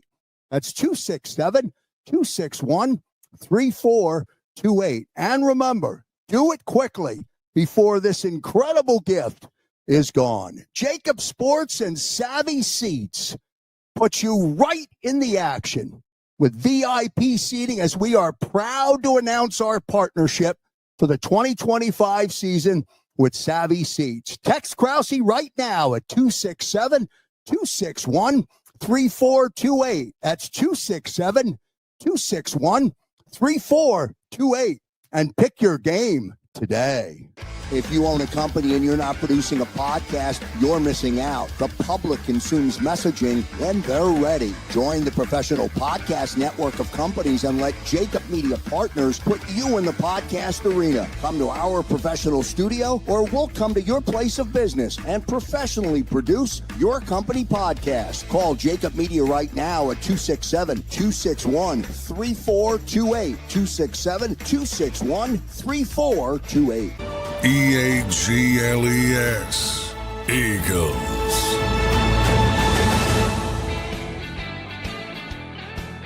Yeah, man, I'm looking at that Buffalo and Baltimore game. Seattle and San Francisco Detroit, Green Bay. Parsons is expected to play in that ball game. Washington and New York will be an interesting game because, again, I think the Giants have improved. The Jets and Aaron Rodgers in Pittsburgh, I want to see what the Steelers look like. Cincinnati, will they get out? That Tampa Bay Atlanta game is also going to be something to keep an eye on. It's a great weekend for all. Next week, obviously, it's a mini bye because the whole week, again, then you roll into Monday night, following Monday night against Kansas City. So have yourself a football weekend. You got college football tomorrow. You got pro football tonight. I got the Chargers upsetting the Kansas City Chiefs tonight. Football on Sunday. We will catch you on Monday going 2 to 6. Have yourself a great weekend. Big Joe, Xander, thank you. We shall see you on the flip side.